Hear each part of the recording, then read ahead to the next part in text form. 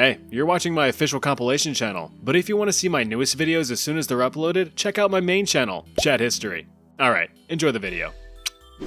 Spooky history stories. If you're well versed in American history, then you know the story of formerly alive President Abraham Lincoln's big night out on the town in 1865. Even if you're familiar with the historical artwork around the matter, you might ask yourself, who the heck are these other people? You know Lincoln, sure, and of course the guy using Lincoln's skull as target practice is John Wilkes Booth. But also accompanying the president that night were his wife, Mary, close friend and Union Army Major Henry R. Rathbone, and his fiancée, Clara Harris. Lincoln and the gang were out celebrating the recent Union victory of the American Civil War and were seated in a private viewing box to the right of the stage in Ford's Theater in Washington, D.C. What do you think of the play, dear? Just then, Confederate sore loser John Wilkes Booth entered the booth and took aim, blasting the president point blank in the head with a .44 caliber lead ball from his single-shot Derringer pistol. At the sound of the gunshot, Rathbone spun around to see Lincoln collapse in his chair with Booth standing in a cloud of smoke. He immediately leapt from his seat and charged the assassin, but Booth came well prepared.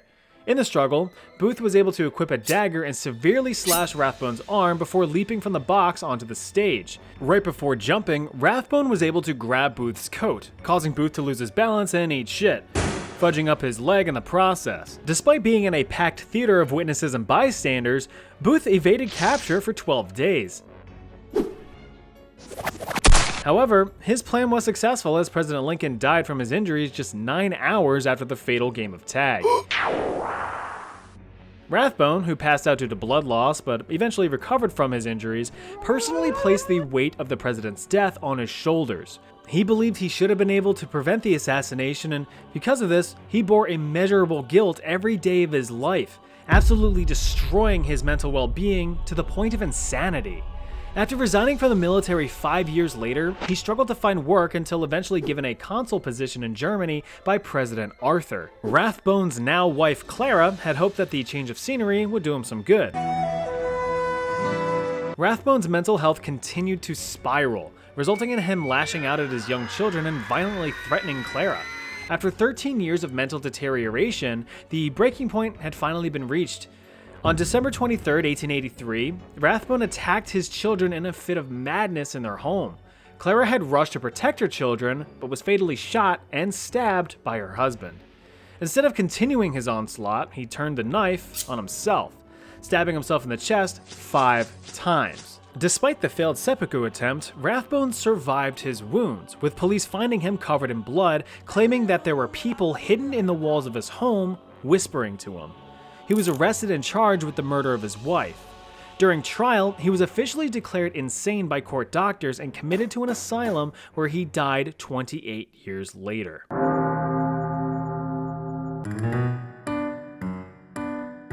Henry Howard Holmes was an American con artist and the U.S.'s first documented serial killer. Born the lesser cool named Herman Mudgett, Holmes attended the University of Michigan's Department of Medicine and Surgery in 1882, where he allegedly would accompany his professor in various grave robbing activities as a way to supply the school with fresh bodies for examination and dissection. It was here that Holmes developed a slight obsession with death, and seldom does such an obsession lead to good things. After graduating medical school in 1884 and being upgraded to Dr. H.H. Holmes, he moved out to Chicago to work in a drugstore, which he eventually bought outright from the owner. What is drugs? Proceeds from that store helped to fund his newfound hobby that would soon evolve into something much more sinister. Holmes drew up plans for a hotel, one designed to be a death trap for all who entered. Not the best business model for return customers, but hey. Several contractors and architects were put on the job with a steady rotation of firing and hiring. Now it's believed that this constant turnover kept everyone from knowing his true design intentions, with no one designer knowing the full scale of the operation at any given time. When it was fully built, the hotel had 3 floors, with the first one being mainly retail and including a new drugstore. Holmes used the hotel to accommodate travelers during the upcoming Chicago World's Fair in 1893, which attracted millions of people to the area. Now, according to legend, the hotel contained secret rooms, trick hallways, and trapdoors and torture chambers throughout. It was in this hotel that Holmes would allegedly trap and torture his victims, eventually selling their bodies to the local medical school as a way to satisfy his macabre desires while still making bank. During the World's Fair, Holmes would charisma check dozens of wealthy women to spend the night in the hotel for rest and relaxation, but they would never be seen again. It is believed that as many as 50 women went missing during the World's Fair, all linked to what Holmes would later call his murder castle. In August of the same year, the third floor of the hotel caught fire. While no one was injured, the fire destroyed most of the third floor, but Holmes had an ace up his sleeve: multiple insurance policies. But, like insurance companies do, they refused to pay out and accused Holmes of setting the fire himself and engaging in insurance fraud. Holmes, obviously angered by such accusations, quickly skedaddled out of Chicago. And over the following years, he continued to dabble in insurance fraud with his friend Benjamin Pitezel. For his next trick, Holmes had suffocated Pitezel with chloroform and burned his unconscious body for a life insurance payout. What's even worse is that through extreme coercion and manipulation, Holmes had convinced Pitezel's widowed wife to place 3 of her 5 children into his custody. And over the years, he would murder all 3. Holmes had forced the 2 older children, 13-year-old Alice and 9-year-old Nellie, into a trunk, drilled a hole through it, and plugged it with a gas line, suffocating them. He then buried their bodies in a cellar in his house. As for the third child, 7-year-old Howard, Holmes drugged the boy, dismembered, and burned his body, with only some teeth and bones being the identifying factors. Eventually, the children's remains were discovered, leading to Holmes' arrest and subsequent conviction of the Pitezel murders. He was sentenced to death and hanged in 1896, but not before confessing to over 200 murders thanks to his murder castle. But Holmes was regarded as a habitual liar, and experts believe that there was only enough evidence to link him to 9 murders. Still a high count, but not nearly the 200 that Holmes had claimed. As for the murder castle, it is confirmed that the stories about the design and the use of the building were widely sensationalized and over-exaggerated by local media. Sucks from a horror standpoint, but still makes a good story nonetheless, right? Take a look at this face. Seem familiar at all? If not, then you're useless to me if I start joking. Anyway, this is a death mask, a plaster casting of the face of an unidentified woman who was pulled from the River Seine in Paris in the late 1880s. She became known as L'Inconnue de la Seine, or the unknown woman of the Seine. After being fished out of the French River, her body was placed in the Paris morgue, which, at the time, put nameless corpses on full display for the sake of identification by the general public who happened to be passing by. Oh hey kids, look, it's Grandma! Because of this strange but effective method, the morgue became a popular tourist and public gathering spot, often referred to as the only free theater in Paris. This particular woman, however, was a bit of an oddity. Medical examination showed no visible wounds or signs of a struggle, so it was concluded that her death was self-inflicted, with her age being estimated at just 16 years old. But it was her calm, serene expression that caught the attention of a pathologist at the morgue. Since he couldn't take a picture to make it last longer, he decided to instead cast a plaster death mask of her face as a way to immortalize her. Creepily enough, but also to no surprise, many Parisians thought that having a face of a dead woman in their house to be the coolest thing since sliced baguette. Sacre bleu! So countless copies of the death mask were made. From an artistic standpoint, many interpretations claim that the young woman's demeanor expresses a calm control over death, being accepting of its inevitability rather than fear. From a non-artistic viewpoint, you have some dead girl's face hanging on your wall. Over the years, her face had inspired several literary works, pieces of art, and even fashion. But where have you seen her face before? Well, believe it or not, chances are you've actually unknowingly given her mouth to mouth. Because hers is the face of the CPR training doll, which is used in almost all CPR training courses worldwide since 1960. Sure, that might be creepy, but at least it's thematically appropriate.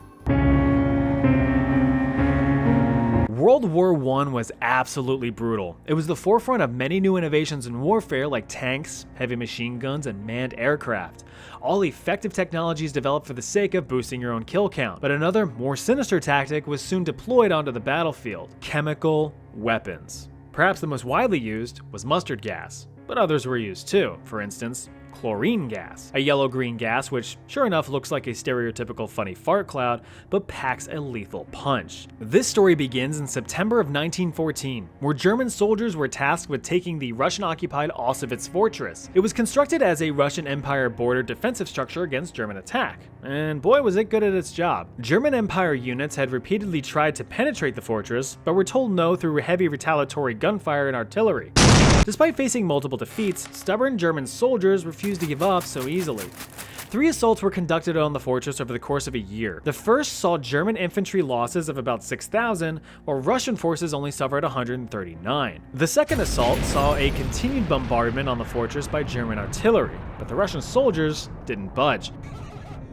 This caused several month-long standoffs, which eventually resulted in German retreat. However, the third assault was to be the one to huff and puff and blow the fortress down. Returning to the fortress in August of 1915, the German forces now had fresh soldiers, even heavier artillery, and multiple canisters of chlorine gas. On the defensive side, the Russian line was only 900 strong, but they still took their chances against the impossible odds. After waiting several hours for favorable wind conditions, German soldiers bombarded the fortress with the deadly gas to flush out the enemy.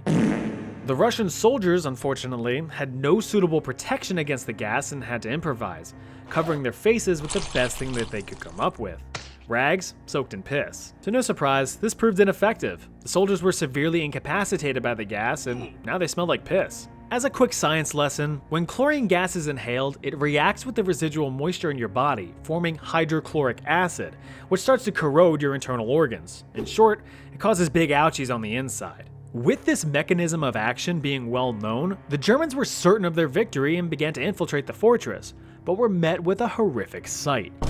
Despite suffering in complete agony, covered in blisters and coughing up lungs and blood, the Russian soldiers still stood their ground and continued fighting. The German troops, of course, shied their hosen at the sight of the seemingly undead Russians and fled from the fortress in a complete panic, with some even stumbling into barbed wire in the process. The rest of the German troops immediately hightailed it out of there. Although successful, most of the Russian defense died from the gas. Those who did survive barely got by the skin of their whatever they had left. Sadly, Russian troops preemptively demolished most of the fortress as Germans began closing in for a 4th time later that month. Just as a quick warning, I'm going to be showing some graphic medical photos of real syphilis patients, so if you don't want to see that, click away now. There you go. Usually when you hear the phrase Italian Renaissance, you think of high-class society, revolutionary innovation, and lots of statues of dudes with their dicks out. Well, allow me to throw a wrench in that perception by introducing you to the concept of syphilis zombies. Syphilis? Like the guy with the boulder? No, silly. Syphilis. Like the STD. Quick backstory. In 1494, the King of Naples, Ferdinand I, died of butthole cancer. If his name sounds familiar, it's because he's one of those evil kings that I covered in a previous video, so you can check that out if you haven't.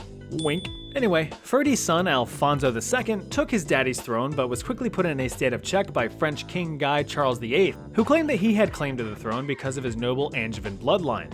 Or so he claimed. Little Alfonso was like, well, how about you just take Milan instead? Your lawn? No, Milan. Well, why would I want your lawn? I hate mowing. Are you serious right now? After some clarification, King Charles agreed, and with 30-some thousand soldiers, invaded Italy, took over Milan, but felt unsatisfied. Oh sweet, Charles took Milan. Oh, he's heading this way too. Why is he heading this way? Naples was also taken.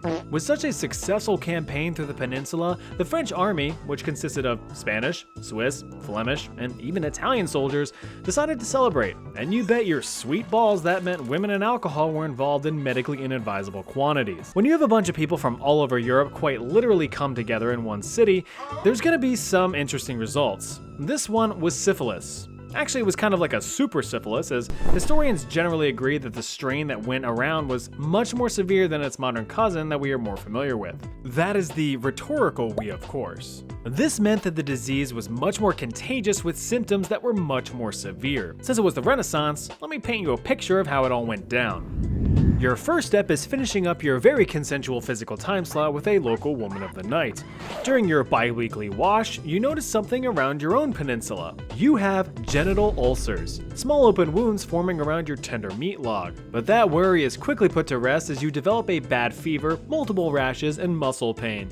Get used to that because you're gonna be like that for a few months. As you continue to live your now much more miserable life, you discover the formation of big, stinky, painful sores and abscesses across your body. These sores start to penetrate deeper and deeper into your tissue until your flesh quite literally rots to the bone.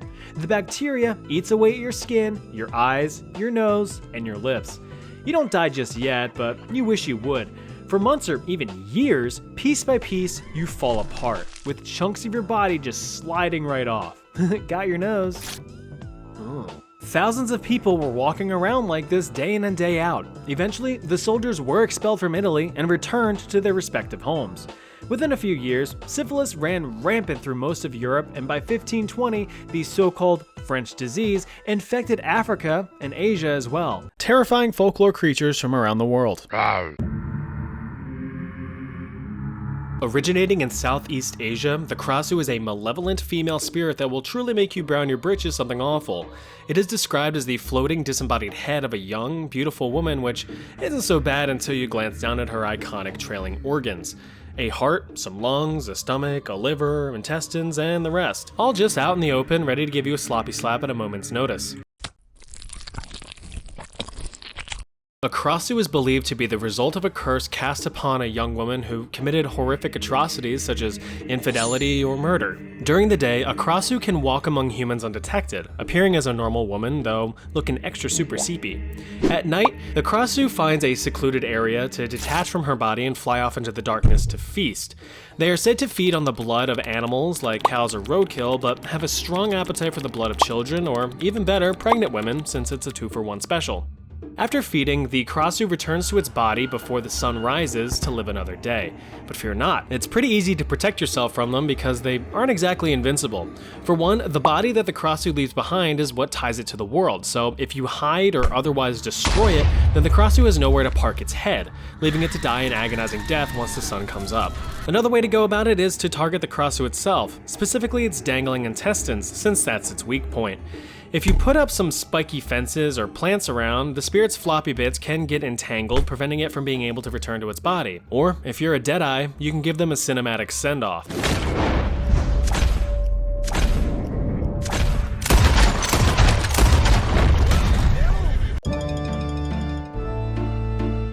If you ever cross paths with one of these bad boys, consider yourself boned. A Gashidokuro is an evil spirit from Japanese folklore that manifests itself as a skeleton. A 30-foot tall skeleton. It is said to be composed of hundreds of corpses of fallen, forgotten soldiers who have never received their last rites after dying on the battlefield. The residual anger and hatred towards the living fuels this giant rattling rascal to terrorize the countryside in the dead of night. Even though this fella is absolutely huge, the corpse can travel quite quietly and remain undetected. Any humans unlucky enough to cross its path will be crushed and eaten, though if you lack the situational awareness of a 30-foot skeleton approaching you, then it's just natural selection. Unfortunately, it is said that the monster is too large and too powerful to defeat and will only come to rest once it has released all of its manifested anger through sheer destruction. But I imagine if you were well equipped with a comically large hammer and took a good thwack at an ankle, you can do some damage.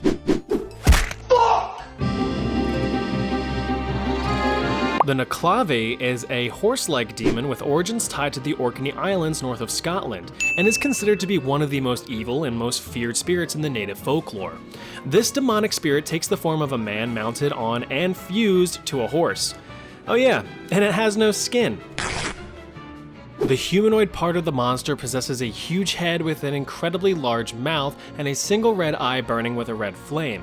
He also has long, ape-like arms that hang at his side. Trust me, if I was actually good at drawing, this would be grade A nightmare fuel. Although the Naclavi is said to be a malevolent water spirit originating from the sea, it spends its time wandering the land, spreading plague and disease across crops, livestock, and humans. So anytime that there were problems with crops or natural disasters or anything like that, the Naclavi was to blame. Dad, I'm so hungry. I know, son, but that goddamn Naclavi done rotted all our food. Fuck you, Naclavi! Being a being of pure, unfiltered evil, the Naclavi cannot be outright defeated, though it is said that it can't cross bodies of fresh water, so like find a creek or something and hop over it. Also, I mean, it has no skin, so I don't know, throw some salt and lemon juice at it? That'll probably do the trick. Next, we take a vacation down to the Caribbean with the Sukuyon, an evil spirit, all these monsters are evil by the way in case you couldn't tell, that disguises itself as a reclusive old woman during the day, but oh boy, once that sun sets, all hats are off, and so is the Sukuyon's skin. She tosses away her mortal flesh jacket and turns into a fireball. taking off into the night sky to stalk her prey. Oh, you think you're safe indoors? No. See, the Tsukuyon can fit through anything to get into your house. A crack in the door, a crack in the floor. She can even get in through your windows and more. But what does a Tsukuyon do? She may drink your blood or try to turn you. And if she has her way, there's no chance you can win, for the Tsukuyon might just end up wearing your skin. But a way to defeat her would serve you quite nice, so distract her using a handful of rice. Throw it on the ground, then turn and flee. For each grain she must count carefully. Locate her old skin and cover it with salt. Now her evil deeds have come to a halt. If these rhymes gave you a good vibe, always remember to like, comment, and subscribe. Stemming from Central American folklore, the Siwanaba is an absolute babe.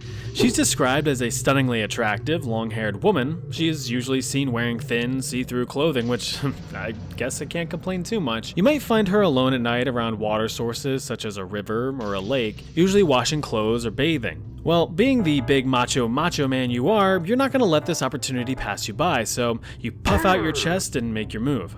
Excuse me, babe, I couldn't help but notice you washing your clothes in a very secluded part of the river alone on this eerie moonless night. Can I be of assistance, my lady?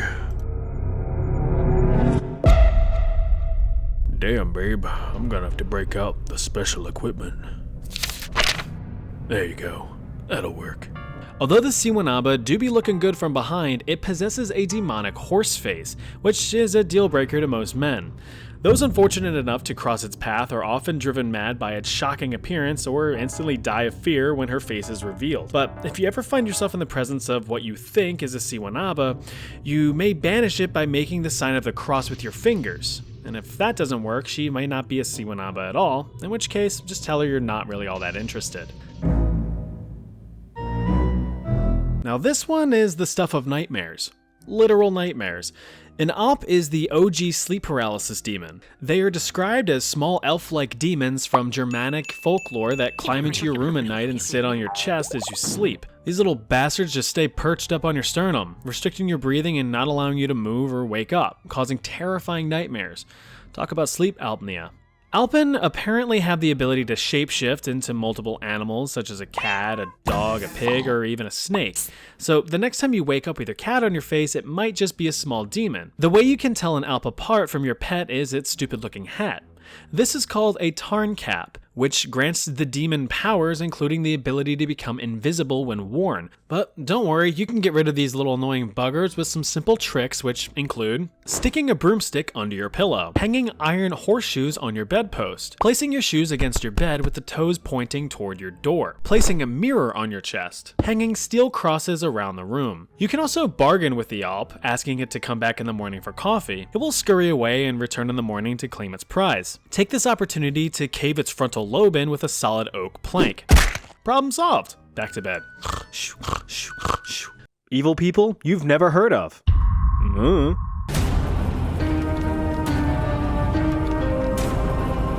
They say that if you love what you do, you'll never work a day in your life. A quote that perfectly describes Vasily Blokhin, the deadliest executioner in known human history. Blokhin got his first taste for blood after joining the Red Army during the events of World War I. Over the years, he became the perfect soldier.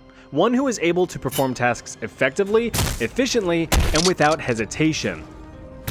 This of course really accelerated Blokhin's military career, as in 1921 he was recruited into the Soviet secret police organization known as the NKVD.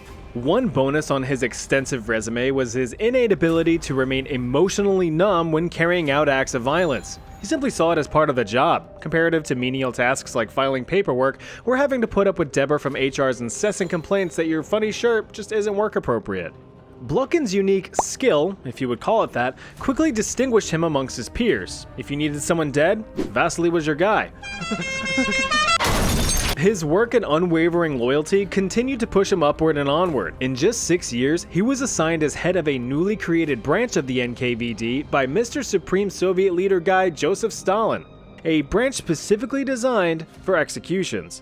And with that, Blokhin had become one of Stalin's most trusted workers, executing low and high-profile targets without question. Excellent work, Blokhin. That goes right up on fridge. During his service, Blokhin had personally executed thousands of people, including high-ranking Soviet officials during the Great Purge, an internal mass execution of anyone remotely accused of opposing Stalin's rule. Blokhin himself had been spared from the purge due to his repeated proofs of loyalty to the Soviet cause, his magnum opus being his involvement in the Katyn massacre. Now, if you've never heard of the Katyn massacre, I wouldn't be surprised. When teaching about World War II, history classes tend to focus on German war atrocities and kind of skim over all of the other ones, especially the Soviet Union's. Despite the German invasion of Poland in 1939 and World War II officially starting, the Allied powers of Great Britain and France didn't really do much in retaliation. Oi, Germany, you better leave Poland alone. Oh, fair point, carry on. The big bad Soviet Union had also invaded Poland just a few weeks later, capturing hundreds of thousands of Polish prisoners of war, many of which were sent to labor camps, but in the spring of 1940, around 22,000 prisoners consisting of Polish officers, engineers, teachers, and other civilians were systematically executed under Blokhin's supervision, with Blokhin himself having personally executed over 7,000 people in just 28 days. Now think about that for a second. 7,000 people in 28 days. That's 250 people a day. Now, Blokhin and his men reportedly would work 10-hour days non-stop, so that's 25 people an hour, or one person every 2 to 3 minutes. Now, these weren't indirectly through ordering his men, but this was by his own hand. Blokhin had pretty much developed an assembly line of death so efficient it would make Henry Ford envious. Prisoners would be escorted into a soundproofed room against a sandbag-lined wall. Without a word, these prisoners' last sensation would be feeling the muzzle of a German pistol in the back of their neck before being brutally murdered. Wait, a German pistol? I hear you ask. Why would Soviets be using German pistols? 2 words: plausible deniability. Think of it this way: if thousands of victims in mass graves happen to be found with German bullets lodged in their noggins, who do you think's gonna be blamed? Don't look at us, it was them. Blokhin's massacre is regarded as the largest mass murder conducted by a single person in known human history, even acknowledged by the coveted Guinness Book of World Records in 2010. Really stretching for content there. It is believed that throughout his career, Blokhin's personal kill count had reached tens of thousands, but his spree would soon come to an end. After Stalin privately passed away in a puddle of piss in 1953, Blokhin was forced into retirement in disgrace. He was ostracized by the public and stripped of his military honors during the de-Stalinization of the Soviet Union. So, of course, he did what any Russian does when they're sad or happy or breathing. He consumed a lot of alcohol, a habit that eventually led to his death in 1955 at the age of 60. Right after the thrilling events of World War I in 1918, the Austro-Hungarian Empire had collapsed. With a little bit of elbow grease and the mashing together of various kingdoms and regions, a new political entity was formed. The state of Slovenes, Croats, and Serbs, home to many Slovenes, Croats, and Serbs. One of those kingdoms thrown in the mix was Croatia, the birthplace of this stern jug of juice, Ante Pavelić. His main personality trait was loving Croatia. God, he loved Croatia. So much so that he made a name for himself and rose through the ranks as a politician and representative in state parliament in order to demand Croatian independence. But this guy, Alexander I, had other ideas. Who's he? Well, he's the Prince Regent in these parts and the one who just got done unifying all of these kingdoms and states. Years and years of political turmoil ensued, which is honestly to be expected when you force a bunch of different political regions together into singularity. In 1929, now King Alexander had hit a boiling point. In order to regain order, he dismantled and banned all political parties, declaring a royal dictatorship. He even came up with a new name for his kingdom: Yugoslavia. Yugoslavia. But since Yugoslavia is not Croatia, Pavelić had it. He fled the kingdom and conspired with revolutionary groups to undermine the rule of Yugoslavia, who responded, "Do you want a death sentence? 'Cause that's how you get a death sentence." And so Pavelić got a death sentence. He was exiled to Germany, but since he didn't feel like dying quite yet, he instead skedaddled off to seek asylum in Italy. There, he used his political influence and persuasive stern look to form the Ustasha, a Croatian nationalist movement aimed at achieving Croatian independence by any means necessary. And you can bet your fat tits that means bombings, assassinations, and uprisings. During said uprisings, King Alexander regrettably stated, if you want a regime change, you need to kill me. They did. On October 9th, 1934, King Alexander I was assassinated by Ustasha member Vlado Chernozemski, using a handgun hidden in a bouquet of flowers. Still living in Italy, Pavlich, along with several accomplices, were determined to be culpable for the assassination and were sentenced to death by Yugoslavia's friend France, who pressured Italy to carry out the deed. And Italy was all, "Linguini fettuccini, we ask a Mussolini." Thanks to his political privileges, Pavlich was only put under house arrest for 18 months. That'll teach him. Right, France? Oh, here we go. Looks like Germany's back at it again, and the world collectively Versailles in disappointment.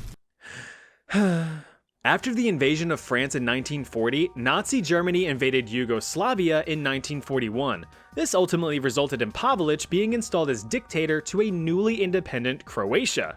The mean mustache himself even met with Pavlich and gave some pointers in the art of ethnic cleansing. The only art he ever saw any success in. But Pavlich would soon put this advice into action. During World War II, Pavlich had created his own network of concentration camps run by his beloved Ustasha, one of which being the Sisak concentration camp, the only known camp specifically designed for children. These camps carried out the collection and mass murder of nearly 400,000 Serbs, Jews, and Romani, with an additional 300,000 either exiled or forcibly converted to Eastern Orthodox Christianity, all for the sake of Croatian ethnic homogeneity. Towns were completely ransacked, villages were outright destroyed, and hundreds of thousands of innocent lives were lost. These actions gave the Ustasha notoriety that struck fear into the hearts of anyone who dared cross their path. Nazi Army General Edmund Gleiser-Hochtenau witnessed firsthand the atrocity of Pavlich and the Ustasha, saying, quote, "Our troops have to be mute witnesses of such events. It does not reflect well on their otherwise high reputation. The Ustasha have gone raging mad." That's pretty telling when even a Nazi general thinks you're being a bad dude. After the Axis powers fell, Pavlich got the hell out of Dodge, eventually fleeing to Argentina in 1948, but then some other surviving Ustasha members arrived. After a quick reunion of high fives and smooches, the gang wasted no time in forming the Croatian Liberation Movement. Persistent little buggers, weren't they? They were basically trying to control this from over here. It didn't work. After an assassination attempt in 1957, Pavlich hightailed it out of Argentina, eventually ending up in Spain, where he died of his injuries 2 years later. This is Idi Amin, regarded as one of the cruelest dictators in Ugandan history. He had humble beginnings back in 1946, where he served in the colonial army as a cook's assistant.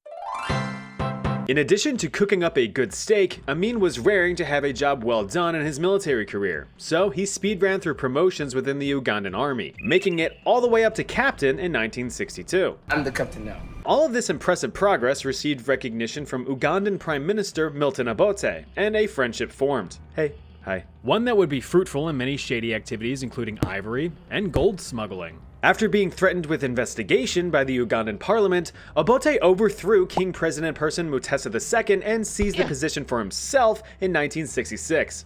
The ex-king was exiled to the UK, where he lamented over the loss of his country, ultimately drinking himself to death just 3 years later. Poor little guy. After the coup, Obote promoted a now more rotund Amin to commander of the Ugandan army. But all good times must come to an end. Obote himself was a terrible ruler. His regime was plagued with corruption and terror, resulting in nationwide starvation and cruelties toward the Ugandan people. Not surprisingly, Obote had experienced a failed assassination attempt where he was shot through the teeth and out his cheek. The assassin missed, and Obote is pissed, so in response he had any and all political parties banned, with their members jailed for life. Meanwhile, Amin was in the corner doing his own thing, building up his beloved military for less than necessary fighting in neighboring wars. Obote didn't like that, and Amin didn't like that Obote didn't like that, so they began not liking each other. As a personal bitch slap, Obote had stripped Amin of his freshly granted commanding privileges and threatened him with jail time for misappropriating military funds. But this only activated Amin's trap card, prompting a takeover of the Ugandan government while Obote was out and about doing president things. The Ugandan people, having just gone through years of suffering under Obote's regime, were pretty thrilled and cheered Amin's efforts. Woo. Now in control in 1971, Amin declared that the military would temporarily run the government until new elections could be run. He even promised to free all political prisoners. But he never did. In reality, he flew too close to the sun, taking comfort in its warmth. Just a week later, Amin declared himself President of Uganda, Commander-in-Chief of the Armed Forces, Ugandan Army Chief of Staff, and Chief of Air Staff. The ego's starting to take over a bit. With this uncontested power, Amin began systematic executions of anyone who, he believed, would oppose his rule. Roughly 15,000 civilians had disappeared, now believed to have been kidnapped and given front row tickets to Amin's newly constructed state-of-the-art torture facility. However, this failed to slake Amin's thirst for blood. He soon expanded his list of victims to various groups throughout the country. We're talking artists, journalists, lawyers, students, senior members of government, foreign nationals, anyone who had even the most infinitesimally small tie to Obote. There were even rumors of Amin being a cannibal, or at least having tasted human meat, though it seems like he rated it 1 star as it was, quote, too salty for him. Human rights organizations estimate that between 300,000 to 500,000 people were slain under Amin's tyrannical rule. Known as the Butcher of Africa, Idi Amin not only murdered his own people, but devastated the Ugandan economy as well. He had expelled around 80,000 business owners and seized their property. So Amin walked up to an African stand and he said to the man running the stand, "Hey, bump, bump, bump, Get out of here or I'll kill you." Then he waddled away, waddle waddle. These businesses, which were basically the country's economic backbone, were handed off to his inner circle, and they all quickly went bankrupt from mismanagement. Edie? More like idiot. Anyway. The businesses accounted for about 90% of the government's tax revenue, so government funds went poof. Yeah, just like that. Amin became blinded with power, so much so that he was unable to see the inevitable brick wall that the country was heading towards. His closest cabinet members, realizing that murdering everyone and crippling an economy aren't really the best long-term policies, started to defect, abandoning Uganda to seek safety elsewhere. Amin even began losing control over his own military. Coups and mutinies were commonplace as officers fought for power. But he had a plan. I have a plan. We're gonna take Tanzania. Alley-oop. He's just not as funny as oversimplified.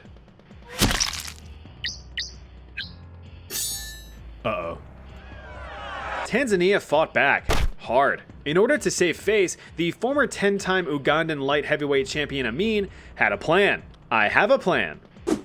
Yeah, Amin actually suggested a boots-to-asses 1v1 super slam. But the Tanzanian president had a plan of his own. In the end, Amin was deposed and fled in exile, where he apparently ate up to 40 oranges a day until his death in 2003. Our last stop is definitely no picnic. Now, if this video wasn't satisfying enough, I do have more of these little evil bastards for another video, so if you want me to make it, let me know in the comments. While you're at it, let me know who you would want me to cover. For our last entry, we'll be taking a trip down to Colombia. Now, any of you Colombians out there might be familiar with this guy, but for those of us who don't put cheese in our hot chocolate, let me introduce you to Luis Garavito, perhaps one of the most prolific serial killers in modern history.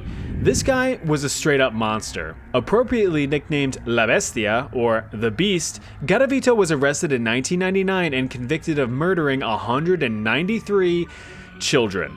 Garavito's crimes began when he was just 15 in 1972. He had reportedly suffered severe depression, psychosis, and paranoia, allegedly stemming from an extremely abusive and traumatic childhood at the hand of his father. Pairing all that mental anguish with crippling alcoholism and an aggressive personality, Garavito began compulsively forcing himself on young children. Disgusted by his own actions, he had attempted to seek help, attending church sermons, AA meetings, and even seeing psychiatrists, wanting nothing more than to live a normal, happy life. But he was never able to claw himself out of the dark hole that he was in. Look, there's no denying that childhood trauma is tragic, but when you commit unspeakable acts of violence against innocent children, or really anyone for that matter, sympathy kinda goes out the window. Being a victim's one thing, creating victims is another. Moving into the 80s, Garavito's habits had only escalated. He emphasized that his urges to act out were constant and, according to him, uncontrollable. he would impulsively assault homeless children, and to make matters worse, began carrying razor blades and lighters to satiate his growing lust for violence. After each outburst and eventually regaining his composure, Garavito claimed that he would be overwhelmed with guilt. He would write down the names of his victims in a notebook and pray for their safety. At this point, his victim count had crossed above 100. Devastated by his supposedly uncontrollable impulses, he desperately tried to find any answers as to why he was the way he was. He looked to religion, astrology, the occult, really anything that could potentially bring him some revelation. But during this little literary leap, he had stumbled upon a certain notorious autobiography. With each turn of the page, Garavito really started relating to this Adolf guy. I mean, they both suffered abusive childhoods, lived in poverty, are both complete dickholes, you know, that kind of stuff.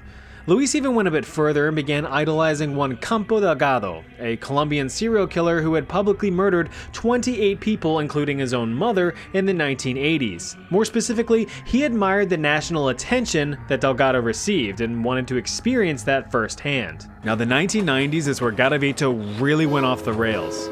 He was now apathetic in his crimes. He felt nothing. No remorse, no sorrow, nothing. With all emotional ties cut, Garavito's actions hit an apex.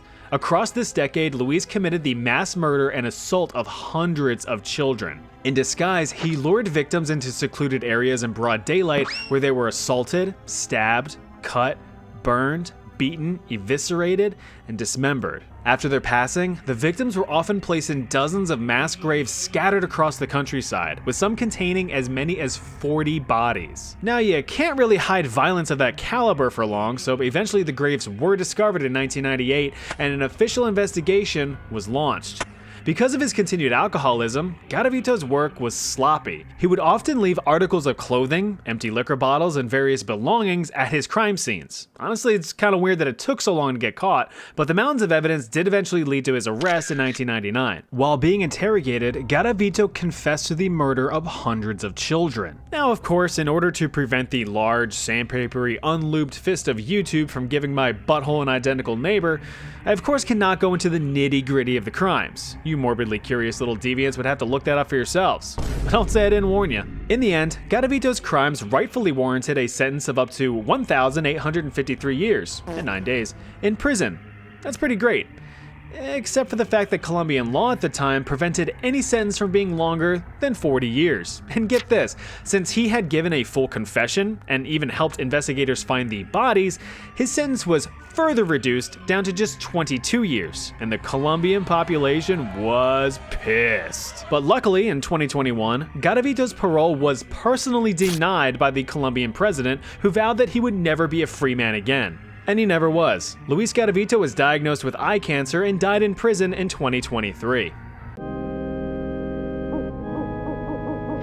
Welcome, foolish mortals. It's that time of year again. Spooky, scary times. Assuming you're watching this in October, that is. And what better way to get into the Halloween spirit than to learn about some creepy things in history, so here's some creepy things in history. As a warning, there's going to be some disturbing content, so don't blame me if you or your 2-month-old withering fetus of a daughter get spooked by this. Enjoy! The invention of photography has revolutionized the way that we remember key moments in our lives. The innocence of childhood, a first love, a favorite pet. But how about our dearly departed? Post-mortem photography started gaining popularity in the late 1800s as a way to memorialize those who recently kicked the bucket. The practice was sought after as a cheap alternative to commissioning a mourning portrait, which served the same purpose. Typically, the stiff subject would be positioned in the last sleep pose, which just looks like you caught them dozing off during a football game. More ambitious people tended to take the let's pretend they're still alive route and would pose with their late family members. Take a guess which one here is no longer amongst the living. Time's up. How'd you do? The correct answer is none of them. Did you really think that I'd show an image of a dead person in this economy? You disgust me. Nowadays, the market for post-mortem photography has flatlined, but I imagine that some influencers today would want to monetize themselves even as they escape this mortal coil. We all know that death is inevitable, and some of us, not me, try to find ways to benefit their fellow man. What if you donated your body to the well-being of others after your time on Earth ran out? In modern times, your organs could live on in a needy patient. In ancient times, your organs could become a yummy treat. Records from ancient Chinese and Middle Eastern times discuss the concept of a mellified man. This was the process in which a willing person would have their remains preserved in honey for medicinal consumption. It was discovered that natural, unprocessed honey served as a rather effective and tasty embalming agent. Thanks to honey's natural antibacterial properties, it was able to preserve bodies far longer than other resources at the time. To begin the mellification process, an altruistic elder would volunteer to completely restrict themselves to a classic Winnie the Pooh diet. Nothing but honey. Breakfast? Honey. Lunch? Honey. Dinner? Honey. Dessert? A lovely, decadent creme brulee. Nope, more honey. As you can imagine, all of that honey ain't so sweet for the good old digestive tract. Eventually, the volunteer's body just completely deteriorates, slowly becoming honey to the point where they would just literally be sweating out honey through their pores and spraying out honey from their beehole. At that point, the body completely shuts down and the volunteer sweetly surrenders to the great hive in the sky. The body would be mummified and placed in a stone coffin filled with, you guessed it, honey. The body was laid to ferment for 100 years like a top-of-the-line whiskey. After a casual century of fermenting in bee barf, the coffin would be opened and the corpse would be broken into pieces, which would be distributed as an expensive but effective medical remedy for anything from deep cuts to broken limbs. The only problem here is the lengthy process, which made the medicine very expensive, so it could end up costing you an arm and a leg. James Jameson, an heir to the Jameson whiskey fortune, was on an expedition across Central Africa in 1888 when he came across an interesting proposition. According to Jameson's translator, Asad Farhan, Jameson had heard stories of local tribes' practices of cannibalism. He was in contact with a local slave trader, Tipu Tip, who discussed Jameson's curiosities with the local village chiefs. After some back and forth, Tipu brought forward a 10-year-old slave girl. Tipu requested Jameson give him a bit of cloth to see if the horrifying stories were true. Jameson's desire to see the act firsthand overruled all sense of morality. Half thinking this might be a cruel joke, he handed over 6 cloth handkerchiefs. One of the chiefs motioned over more men who immediately tied up the girl and began ripping her apart and devouring her. Jameson, morbidly fascinated, did not let the opportunity go to waste, and began sketching out the scene in his notebook. Nothing was left of the girl, who reportedly never made a sound during her consumption. After the incident, Jameson knew he royally fudged up since he now had a witness. Assad was all and reported the event to the public, which Jameson quickly denied to save his and his family's reputation. It's unclear if the events 100% took place the way I just explained, but since everyone involved has been dead for over 130 years, especially the girl, it remains unclear how it all happened. But the guy had sketches, so like, come on dude, you did it. Things were all out of whack in Italy around the 9th century. Kingdoms were falling, emperors were rising, pizza hadn't been invented yet, the whole place was a political shit show, and religion surely didn't help in calming things down. The Vatican saw the appointment of 24 popes around a 100-year period, with a decade having a new pope every year. Then this guy shows up, Formosus, a bishop under the current pope, Pope John VIII. But Pope John does not like Formosus. So much so that he accused him of trying to steal his popehood and acting against the rather unfortunately named King of Italy, Charles the Bald, who wasn't even bald. For his alleged crimes, Formosus was excommunicated from the Vatican in 876. 6 years later, everything was a-okay since Pope John VIII left the Vatican on account of him dying. Formosus resumed being a bishop for a while until he was voted to become the next pope in 891. After 5 grueling and politically exhausting years as pope, where he may or may not have convinced a Bavarian king to invade Italy for the crown, Formosus himself went to the great cloud city above. He was succeeded by Pope Boniface VI, which is an appropriate name because he would become a skeleton only 15 days after becoming pope. The next pope, Stephen VI, who thankfully had a normal name, decided to get a bit of revenge on Formosus. Stephen wasn't too happy with the whole Bavarian king invading Italy to become emperor thing, so he held a trial, and Formosus was the defendant. But wait, I thought he was dead. How could he? No, you're right. Pope Stephen had Formosus' corpse dug up dressed up, and propped up in court. After yet again being accused of attempting to illegally seize popehood from John VIII, amongst other crimes, Formosus was quick to defend himself, stating, to which Pope Stephen said, "Objection!" After the ridiculous court case, Pope Formosus was found guilty. He had 3 of his fingers ripped off, stripped of his honors, and had his remains dumped into the Tiber River, where they were later recovered and laid to rest. The Italian people weren't happy with this move, so during a public uprising, Pope Stephen was arrested and strangled in prison. Béla Kiss was an Austro-Hungarian man born in 1877. A simple man who had an affinity for astrology and the occult, he married twice and had 2 kids. Nothing too out of the ordinary except for the whole occult thing, but hey, some men love mowing a good lawn, some men love studying vampirism. Kiss hired on a housekeeper to tend to the house after his wife left him for some 6'14" stud muffin gigachad. The housekeeper noticed that women would often visit the home as customers for Kish's side hustle as a spooky fortune teller. He also began collecting quite a few metal drums on the property. When asked about it, he said he was just stocking up fuel as rations for the upcoming war, to which his neighbors responded, "Oh yeah, that makes sense," and went about their business. In 1914, Kish was conscripted into the Austro-Hungarian army to fight in World War I. After believing to have been killed in action, Kish's landlord began clearing his property and stumbled upon the fuel drums. The landlord opened up one of the barrels to discover a rotting corpse bound in a sack. "This isn't fuel," said the landlord, and he called the cops.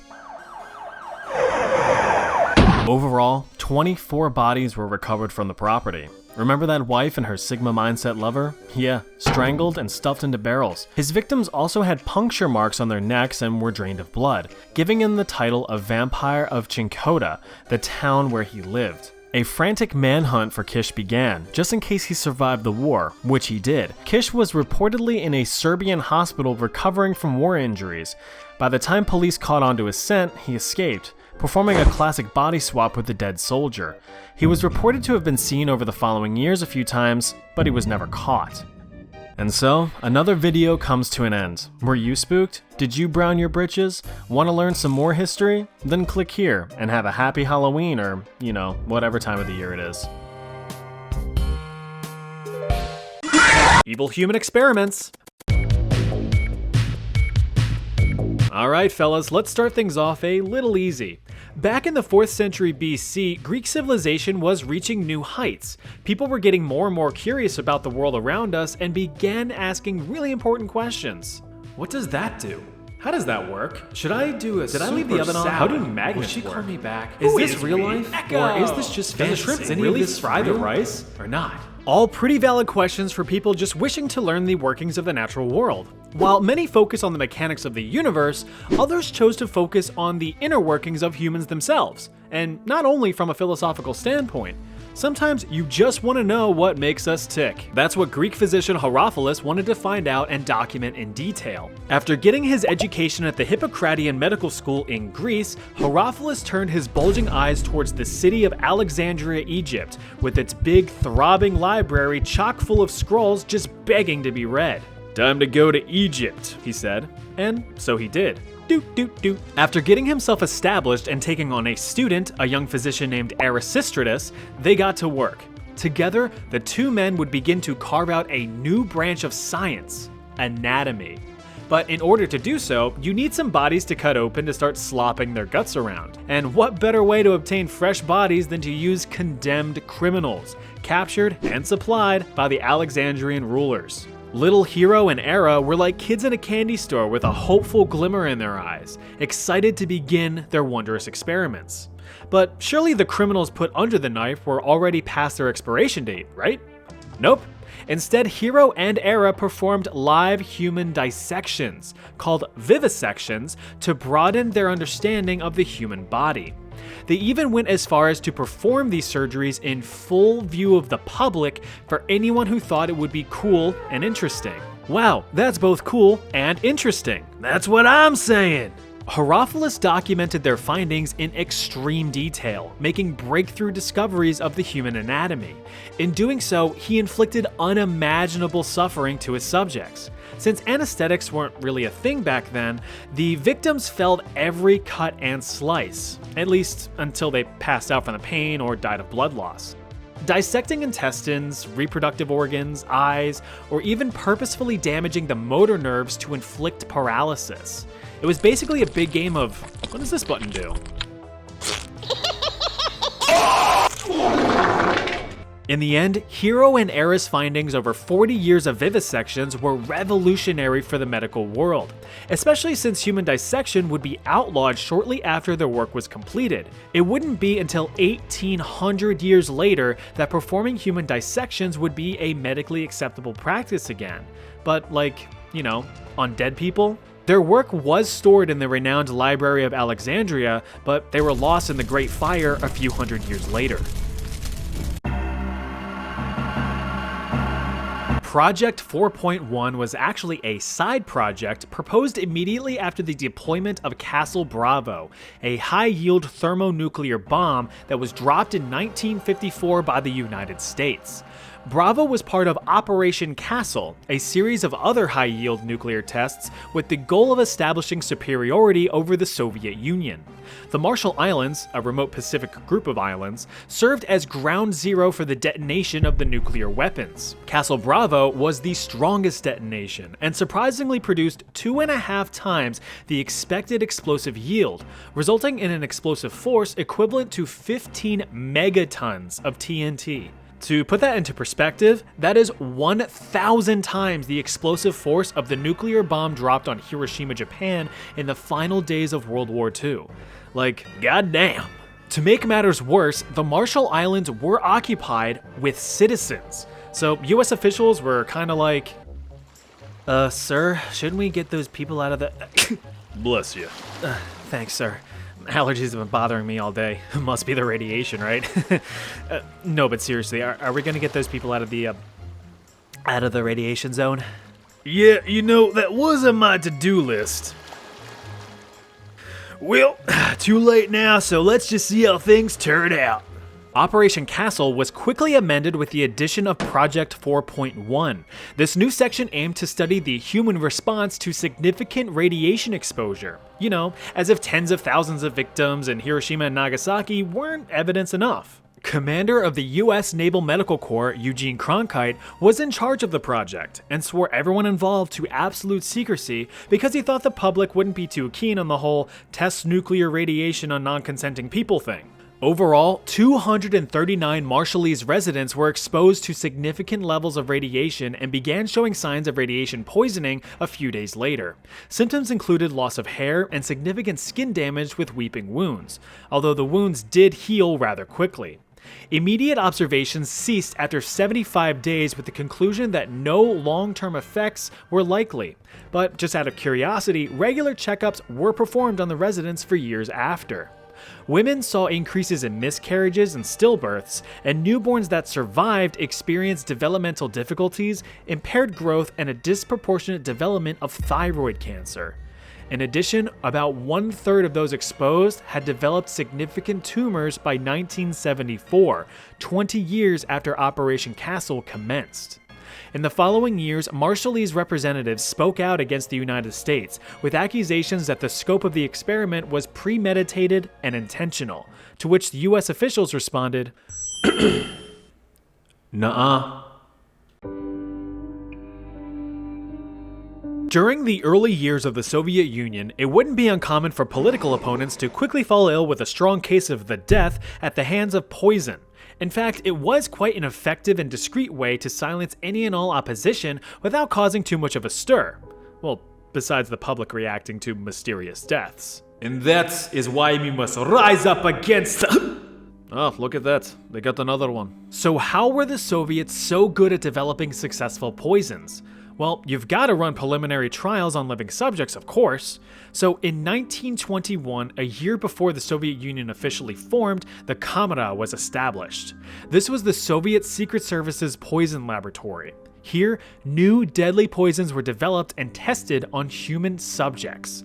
Those tested were prisoners from the gulags, various labor camps built around the country for anyone who even had a fleeting thought that wasn't approved by the Soviet Union. Carry on.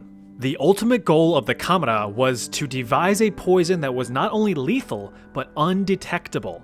It would be colorless, tasteless, odorless, and untraceable in an autopsy. Prisoners would be unknowingly administered various test poisons, which were disguised as medication. For me, if it isn't an orange Flintstone vitamin, I don't trust it. The various poisons tested included ricin, which causes severe internal distress and suffering, cyanide, which can cause violent seizures and heart attacks, and curare, a potent muscle relaxant that makes you painfully choke to death. In the end, the tests were pretty successful. For the Soviet Union, not for the prisoners. Research led to innovative ways to discreetly dispatch a target, from deploying a cyanide mist to making an assassination look like a heart attack. But the blue ribbon winner was the concoction known as C2, carbolamine choline chloride, which was basically liquid depression. Exposure to this sucker sparked a very curious reaction. Instead of a violent telltale "I've been poisoned" type death, the victim would simply become weak with a rapid decline in health, all while maintaining a calm and silent demeanor. Death occurred within 15 minutes. Since the dissolution of the Soviet Union in 1991, Russian officials have claimed that the Kamera has been disestablished and abandoned. Yeah, sure.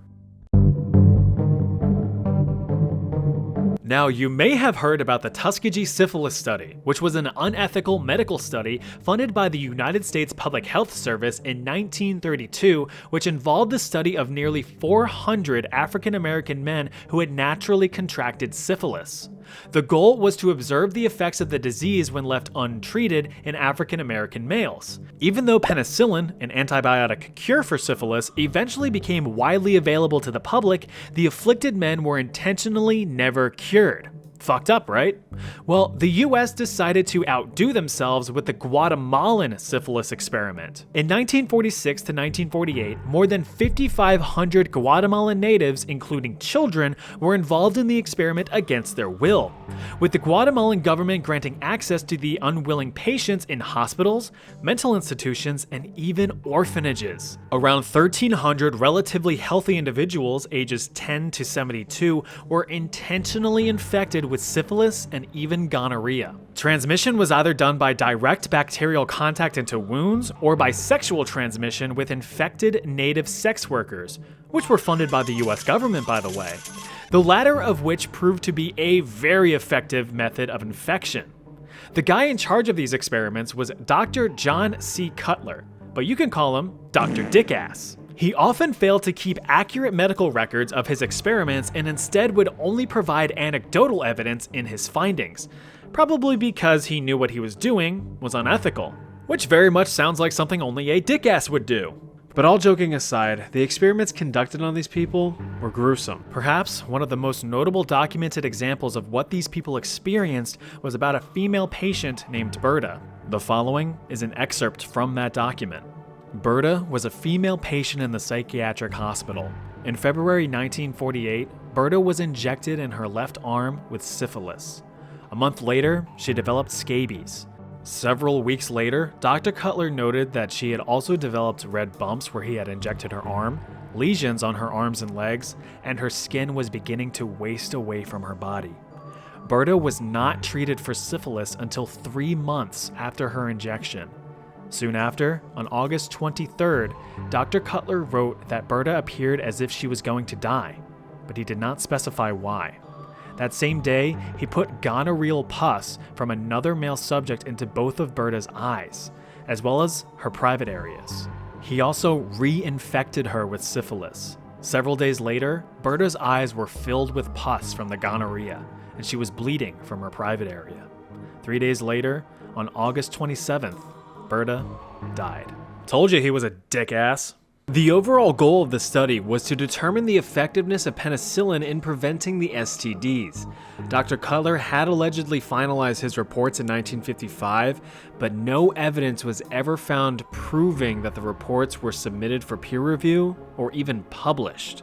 So, out of all of that suffering, nothing of medical value was produced. Though I will say, in some glimmer of fairness, a treatment program was established by the United States and made available to the affected Guatemalan population, but only half were reported to actually have received treatments with a questionable quality of care.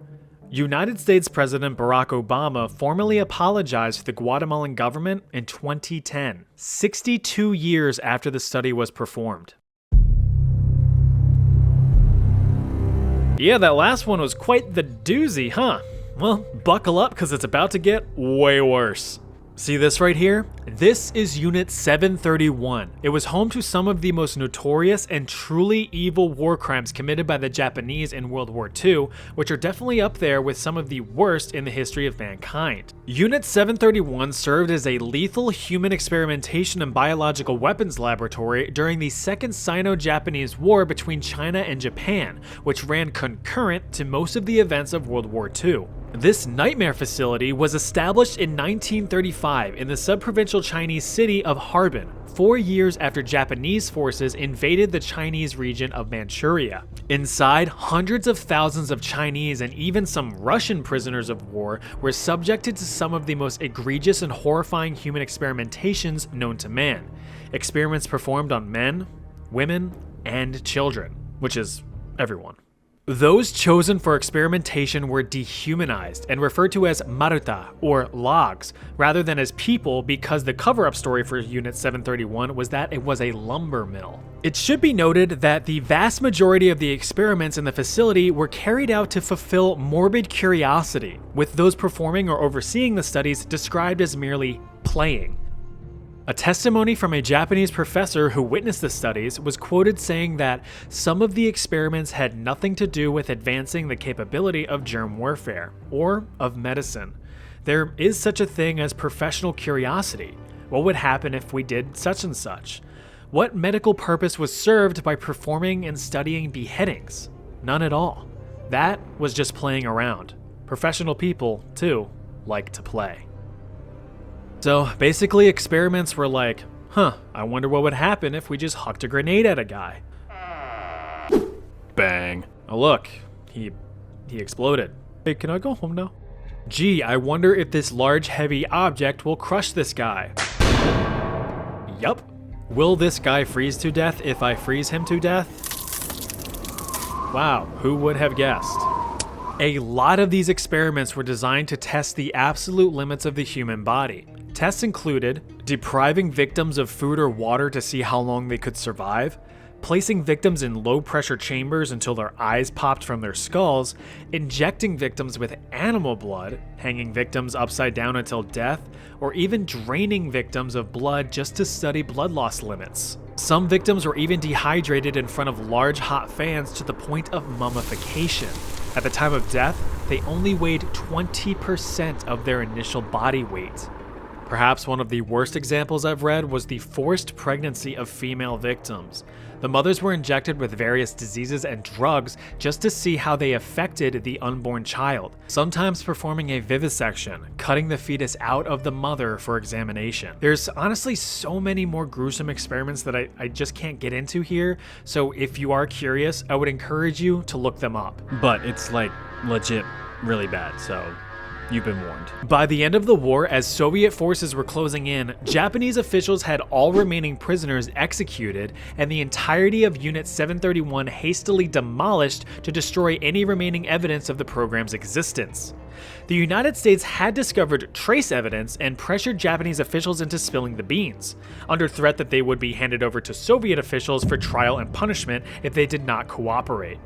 Once the US learned the full extent of the horrors of Unit 731, all of those involved were swiftly brought to trial and executed for their crimes. Except, no, they actually weren't. In reality, the United States claimed that the data collected from the inhumane atrocities was actually pretty valuable, since it is otherwise ethically unobtainable through conventional means. As such, many of those involved were granted immunity and freedom in exchange for the data. The deal was struck, and the United States kept everything under lock and key. The Soviet Union, however, pursued trials against the top military leaders and scientists from Unit 731. In the end, only 12 individuals were tried and sentenced to several years in labor camps, although the United States repeatedly denied that Unit 731 ever existed. Dangerous cryptids and how to fight them.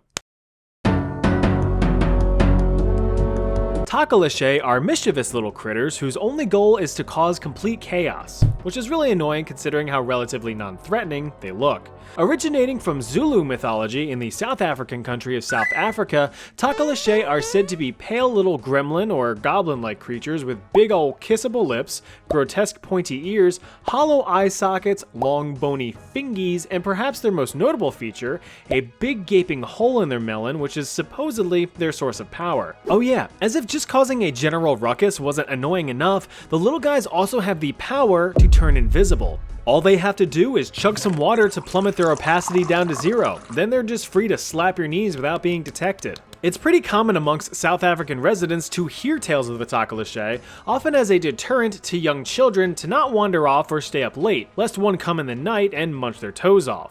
But if you ever find yourself confronted by one of these little fellas, there are a few things you can do to fight back. The most common tactic involves propping your bed up on some cinder blocks like it was a car left alone for 5 minutes in North Philadelphia. The added height will deter the miniature mongrel from being able to climb up and harass you. While you're pointing and laughing at the thing, take the opportunity to huck a lamp at it and knock it out cold. Next, tie the sucker up with some common bedroom rope and pour some of your healthy supply of spare battery acid down the critter's gaping head hole. That'll teach him. Time to take a trip down to like the one country any American knows in South America. Brazil. It is within this crime-ridden hellhole that you can find the Corpo Seco. It's a malicious, zombie-like creature who was once just like you and me. According to Brazilian folklore, a corpo seco is created after a person dies and is rejected by both heaven and hell. Thus, the creature is cursed to roam the earth for all eternity with the sole goal of terrifying the living. Besides being a great reminder to stay hydrated, the corpo seco looks like your typical zombie, an emaciated corpse with completely dry skin and long fingernails. It's nothing but skin and bones. Actually, the name corpo seco translates to dry body, so that makes sense. Some Brazilian parents who want to keep their little crianças in line may offer a twist to the legend.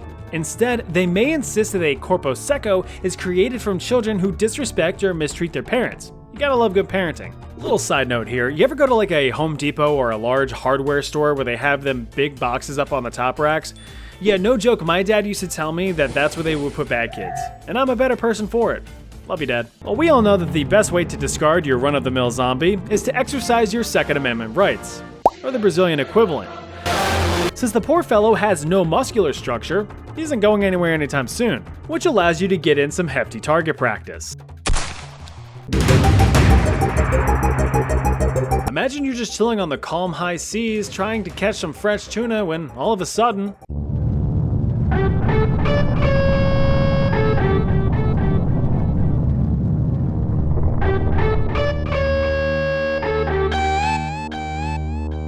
oh, come on. This is an umibozu, and he's pissed. What you doing in my waters? Umibozu are Japanese spirits described as several meter tall humanoid black figures which reside in oceans, seas, and bays. They are believed to be the vengeful spirits of monks who were previously murdered and cast into the sea. Don't know who's going around murdering monks and dunking them overboard, but hey, stuff happens. The calm ocean waves quickly turn into a chaotic nightmare as your ship is tossed and turned like a turd in a toilet. This all could have been avoided if you just sacrificed a little bit of your tuna catch, but shoulda, coulda, woulda. But fear not, there is a solution to this problem. Upon rising from the depths, the umibozu will demand a barrel from the sailors it encounters. If you present the barrel to the big nude dude, he will be most thankful, returning his gratitude by completely reducing your ship to toothpicks. Your best bet is to actually give him a bottomless barrel, which will just end up confusing the big umibozo as you laugh and sail away at a whopping 5 miles per hour. But if that also fails, you could always just radio in a volley of shells from the 460mm Type 94 triple turrets mounted on your backup battleship, the Yamato. There's nothing quite like a Filipino vampire baby to put a damper on your day, or night. Enter the Chianuk, a chubby little Filipino vampire baby. But don't be fooled by its sort of non-threatening appearance, because they're actually pretty dangerous. Chianuks are said to attract human prey by lying on the ground near forest paths and crying their little heads off, prompting passersby to be like, "Can you shut the fuck up?" But some more altruistic pedestrians may approach the infant in an attempt to rescue it. Wrong move. Your empathetic nature just cost you your life. And that's what you get for trying to be a savior. In your last conscious moments of severe torture pain, you may ask yourself, where did this Chianuk even come from? While some believers in the Filipino community claim that the terrifying tyke is the offspring between a respectable young woman and a horrifying but equally respectable demon. After doing the do and slopping out the nefarious newborn, the new parents make like a tree and fuck off. This, understandably, angers the baby, who quickly develops abandonment issues while its mother brags to her friends about being dicked down by a literal demon. Thanks to multiple trauma-induced synapse connections, it has no choice but to seek vengeance on anyone unfortunate enough to come across it, like you. So in the event that you approach an abandoned crying demon baby, be sure to quickly give it the old factory reset by jamming your finger into its soft spot. This will instantly calm the beast while simultaneously destroying all cognitive ability. Now, you can lease it out to sweatshops to make a steady side income. If you ever needed an excuse to stay away from the Arctic, the Kalapilawit might be what you're looking for. This absolute horror stems from Inuit mythology way up in the Great White North. Guaranteed to make anyone with thalassophobia's toes curl, the Kalapilawit waits just below the icy waters for a potential victim. They are described as scaly humanoid creatures with a female appearance and a unique but pungent sulfurous odor. So they're smelly fart fishwomen. According to legend, they are said to be child snatchers, preying on any unattended children wandering the Arctic beaches or playing on sea ice. So one moment you may be looking out at little Johnny Yes Papa having the time of his life as he ever so safely jumps up and down on drifting sea ice, while the next he is snatched up and dragged down into the watery depths. Once your kid is snatched, there's really not much you can do. They're doomed to reside in one of these stinky fishwoman's many robe pockets. Or at least for as long as they can hold their breath. So how can you avoid or defeat the creature? Well, for one, don't leave your young children unattended in an Arctic setting, or really any setting. Kalapilawits aren't the only monsters out there willing to snatch kids up. But if you do want to have your child create memories of playing on the ice and you're sticking nearby, there's no shame in keeping your trusty mallet on hand. Oh boy, shadow people. Probably one of the most commonly spotted cryptids on this list. Heck, you may have even seen one recently, or will soon. They look like pretty much how you would think. They're just black figures with little to no discernible features, just menacing shadows of where people might be. While some may be more of a transparent misty figure, others can appear to be blacker than black, with you being able to see them in complete darkness.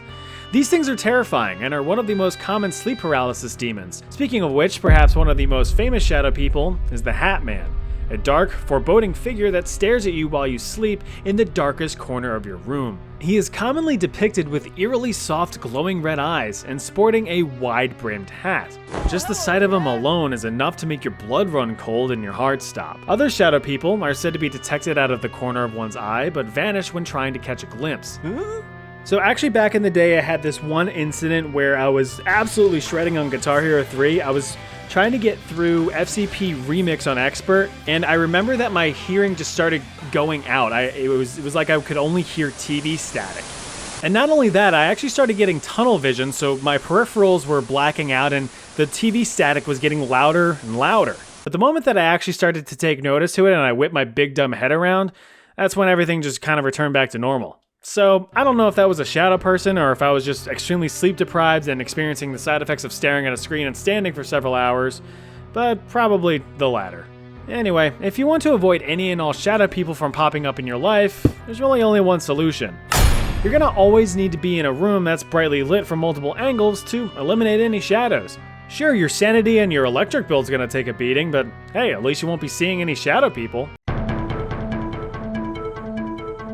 The bloop. Now this one's a bit of a mystery, as the only evidence for its existence is a small clip of audio picked up from a deep-sea hydrophone far off the coast of South America in 1997. The audio is of an extremely loud, low-frequency sound from the Pacific Ocean's darkest depths. The sound was actually so loud that it could be heard from over 5,000 kilometers, or about 54,000 Statue of Liberties, away. Take a listen.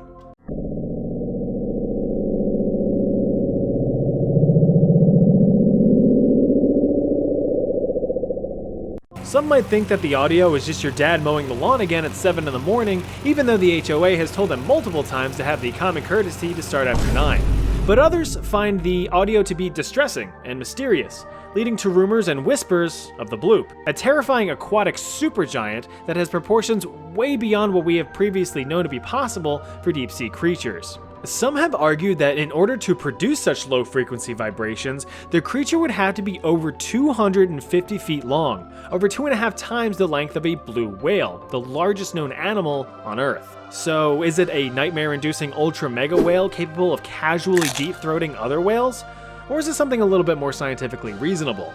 Well, that's what a gaggle of smart fellas wanted to figure out, and through years of some pencil pushing, a lot of Greek letters, and additional audio recordings, a discovery was made. In 2005, scientists had confirmed that the bloop was audio captured from a non-tectonic cryoseism. Basically, some ice broke off of an iceberg somewhere. Well, since the bloop isn't actually a gargantuan monster and is just an iceberg, that means you can do this.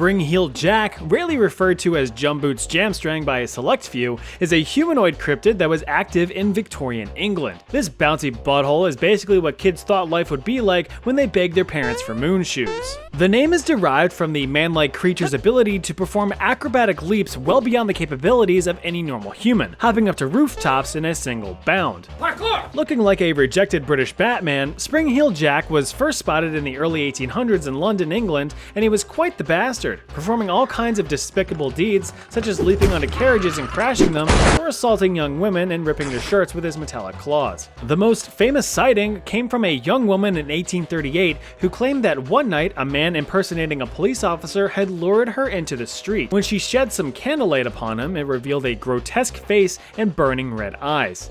She had claimed that the man spewed white and blue flames at her and leapt towards her, cutting her neck and breast with his sharp metal claws before being scared off by the woman's sister who came to the rescue. Just 9 days later, another young woman had a similar encounter, stating that a man had spit blue fire in her face and attacked her. And before you suggest it, no, Jack the Ripper didn't surface until 50 years after these incidents, so it was highly unlikely that it was the same person. So how do you fight back against a jumpy jerk like Spring-heeled Jack? Just keep a pocket knife on you. A good slice to both Achilles tendons will do the trick.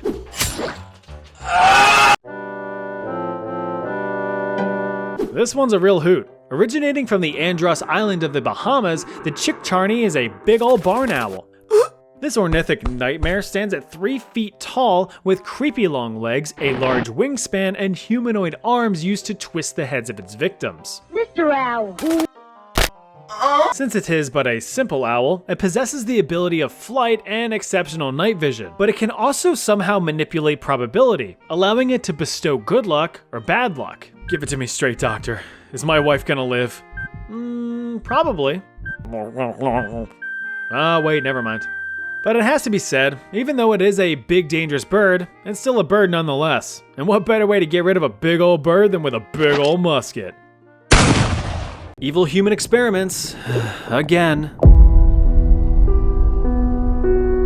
What's up, you desensitized degenerates? Here's something to really wiggle your teeth at. Back in the 1930s in Sweden, candy was becoming all the rage amongst kids and adults alike. Children couldn't wait to tongue punch their circular sweets day in and day out. Coincidentally, there was also a surge in dental complications such as cavities and tooth rot. Studies showed that roughly 83% of children's teeth had cavities, which, believe it or not, wasn't exactly unusual, as dental care was complete garbage. So the Swedish government decided it was time to get more enamored with enamel. Of course, right off the bat, the first to be blamed were the candy companies, but they were all, nah, that couldn't be us.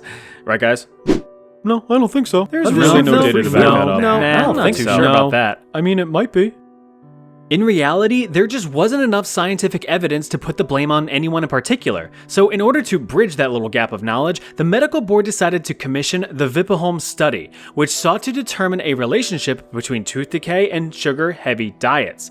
All they needed were some volunteers. But if some government drone came up to you all, hey, feel like munching on these bad boys until your teeth go gray? Unless you're an actual child with some backups pre-programmed into your skull, you'll probably say, yeah, no. and walk away. That guy asking me if I want to willingly rot my teeth. What an idiot. What's a committee got to do to get some willing test subjects? Easy. Simply just...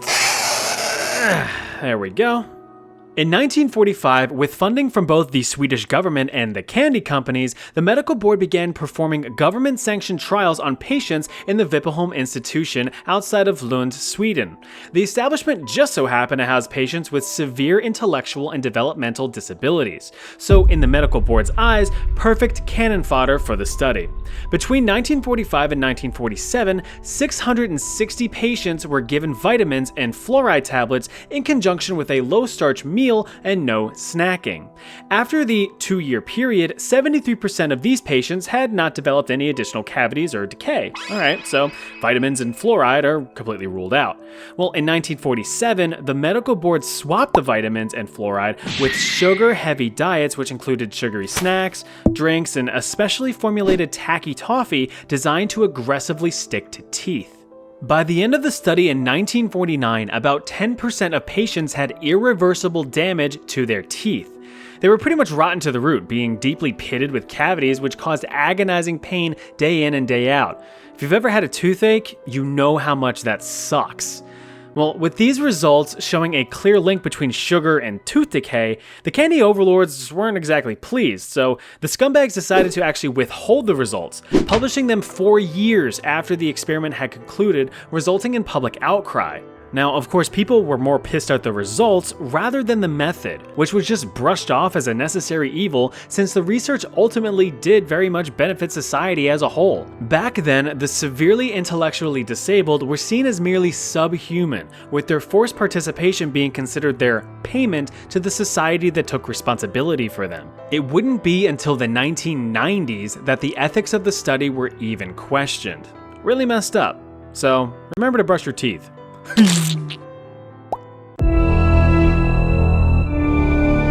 The monster study. Not a study about a monster, but arguably a study designed by a monster.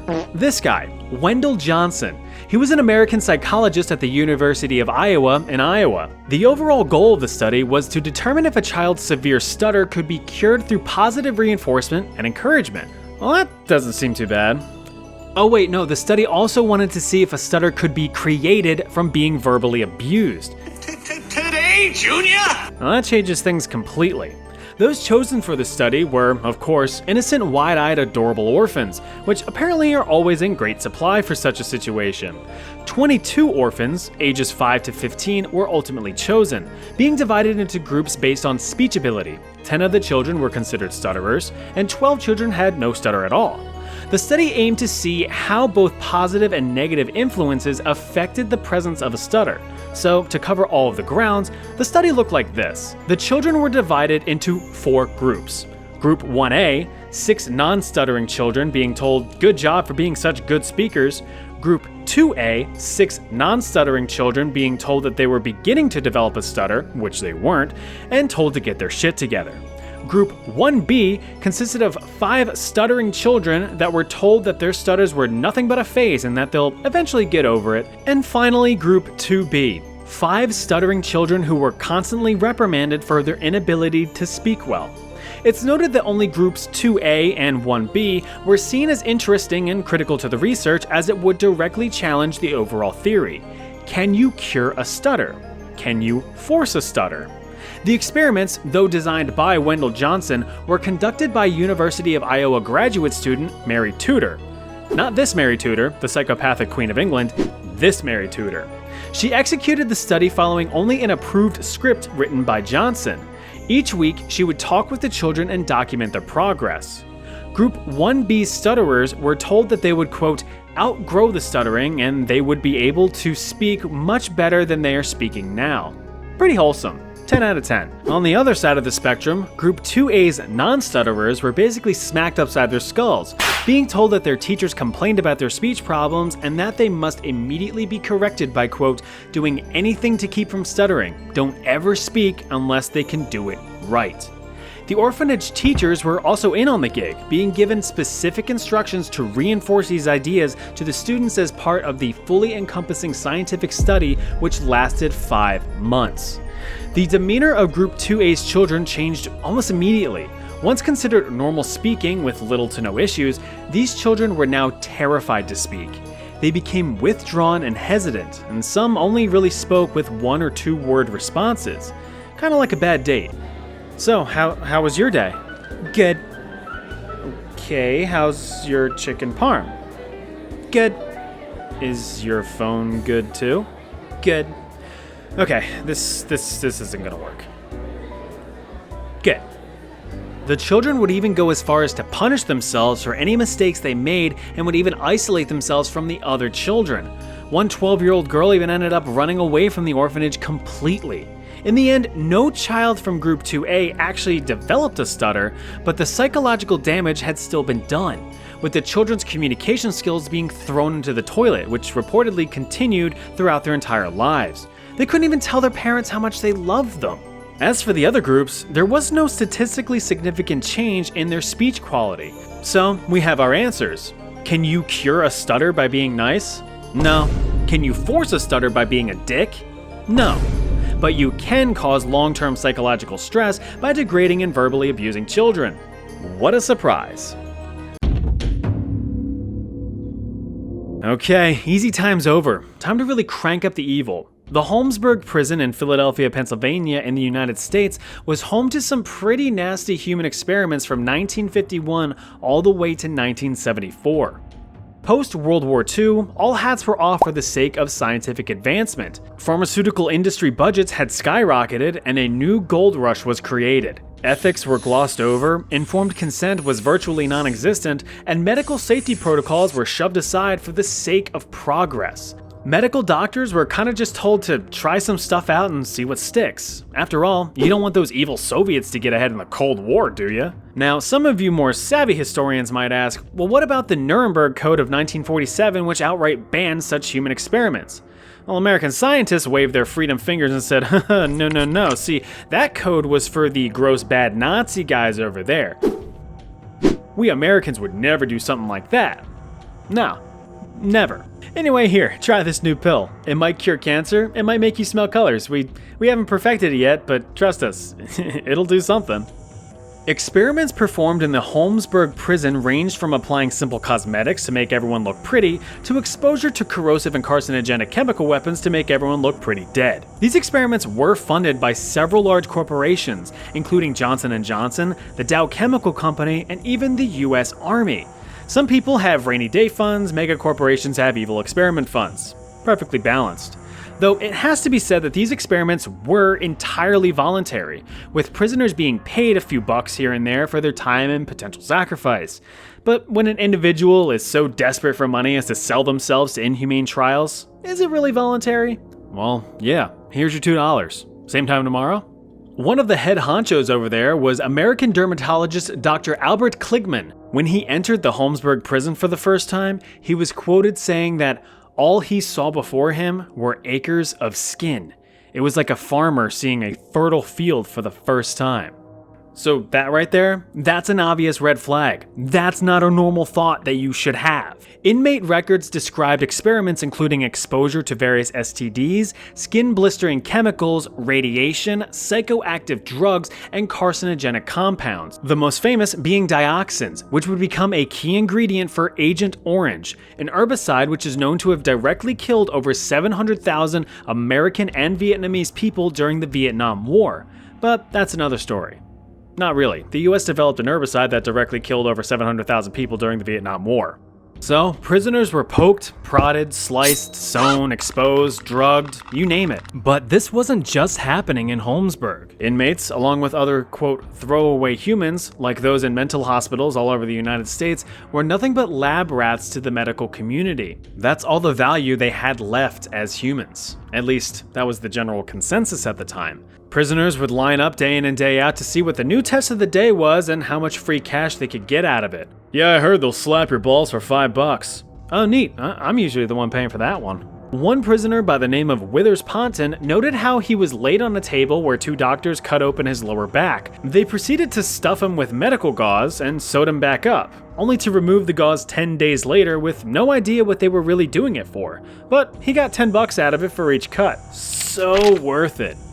When the 1970s rolled around, it was estimated that over 90% of the prison's population had participated in at least one test. It was also at this time that the attitude towards human experimentation shifted to kind of like maybe that's a bad thing to do. Although many great scientific advancements were achieved through these experiments, it left the subjects scarred for life, both physically and mentally. But let me ask you this, would you trust that a medicine would work in theory on paper, or would you rather have it be proven to work by shoving weird pills into real human subjects? There's medical research, and then there's just plain evil torture. Since you're watching a video about evil experiments, you've probably heard of Josef Mengele, also known as the Angel of Death, and arguably one of the most evil men in human history. Sure, Adolf the red-nosed dickhead was the big stinky cheese of the whole Nazi operation, but remember that there were monsters that willingly and enthusiastically carried out his orders. Mengele was one of such monsters. He was a World War II German SS officer and physician at Birkenau, a part of the Auschwitz death camp in Poland. Since SS doctors didn't administer any treatment to sick and dying prisoners themselves, Mengele's job was to make sure that the inmate doctors were treating the prisoners to get them back to a working condition. Any prisoners who did not recover within 2 weeks were nonchalantly sent to the gas chambers without hesitation. And that's just a taste of this complete bastard's inconceivable evils. Mengele would use his position of power as an opportunity to satisfy his demented curiosities. After all, he was a medical doctor. Among his greatest interests were people with heterochromia iridium, meaning that they had two different colored eyes, very popular amongst the anime fangirls, people with dwarfism and other physical abnormalities, and perhaps his strongest interest being identical twins. Mengele had handpicked over 1,500 subjects, mostly children, who would be spared the gas chamber and even fed and housed better than the normal death camp population, but at a terrible cost. An inmate doctor under Mengele was quoted saying that he was capable of being so kind to the children, to have them become fond of him, to bring them sugar, to think of small details in their daily lives, and to do things we would genuinely admire. And then, next to that, the crematoria smoke. And these children, tomorrow or in a half hour, he's gonna send them there. Well, that is where the anomaly lay. Such a human so void of empathy is truly horrifying, because you just never know what they are really capable of and how far they will go to accomplish their own selfish goals. His experimental designs had zero consideration for the health, safety, or the physical, mental, or emotional impact on the victims.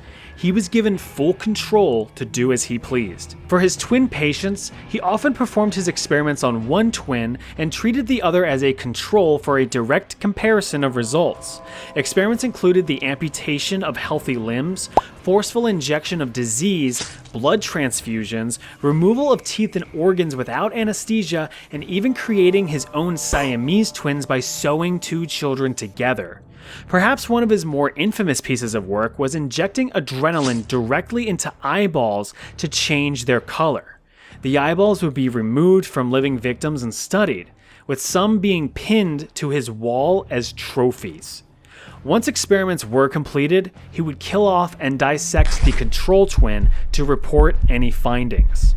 Out of his 1,500 victims, only 200 reportedly survived. Keep in mind that Mengele wasn't even the highest ranking medical officer or even in a relatively high position of power. There were many other evil doctors who performed their own experiments on victims.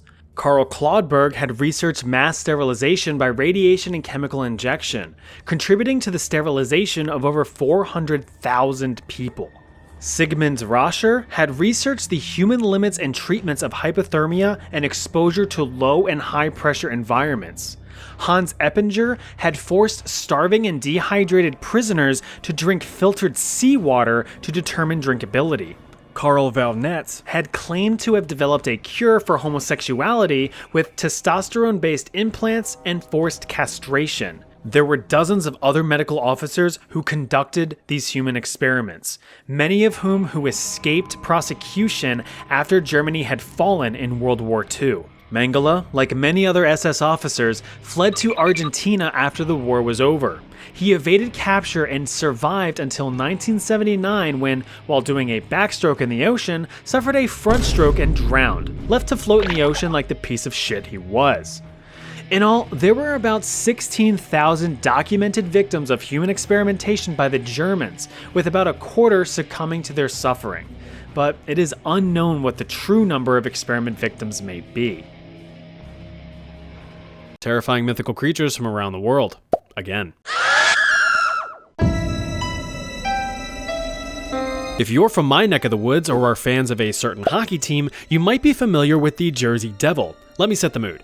It's a dark, stormy, cliche spooky night where we find this withering old broad. This is Mother Leeds, a presumed witch on the verge of slopping out her 13th crotch goblin. Problem is, she didn't actually want this child because, well, 12 children is doable, 13 is just absurd. So during this pregnancy, she had wished that the devil himself would take this child from her, and that's apparently enough to make a binding contract. The baby was born and looked as cute as a button, but as it aged, it began to evolve into a twisted monstrosity, transforming into the Jersey Devil. It is described as having a horse-like body, a goat head, a forked tail, and large menacing wings that allow it to soar through the pine trees of southern New Jersey in the United States. But is he real? Well, back in 1909, there was a moment of panic as several reports across the states of Pennsylvania, Delaware, and New Jersey stated sightings of the winged beast. Some claims involved the killing of livestock, an attack on a trolley car, and even an attack on a social club. The reported attacks caused mayhem on local businesses and schools closed out of fear. The Philadelphia Zoo even put up a $10,000 reward for the capture of the creature, which still remains unclaimed to this day. So if you ever find yourself unlucky enough to actually be in New Jersey itself and are traveling down the empty county roads in the dense pine barrens, keep an eye to the night sky as he hunts for prey. If you don't catch a glimpse, your hairs may stand on end when you hear his blood-curdling screeches, but also his fresh rhymes. My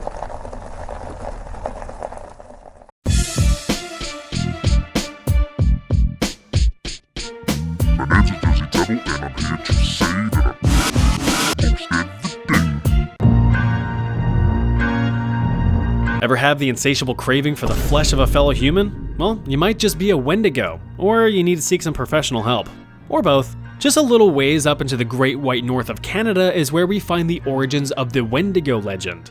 Stemming from the folklore of the indigenous Algonquin Native American tribe, the Wendigo is said to either be an evil spirit or a creature in its own right. It is described as a thin, emaciated corpse with long, sharp claws on its little fingies.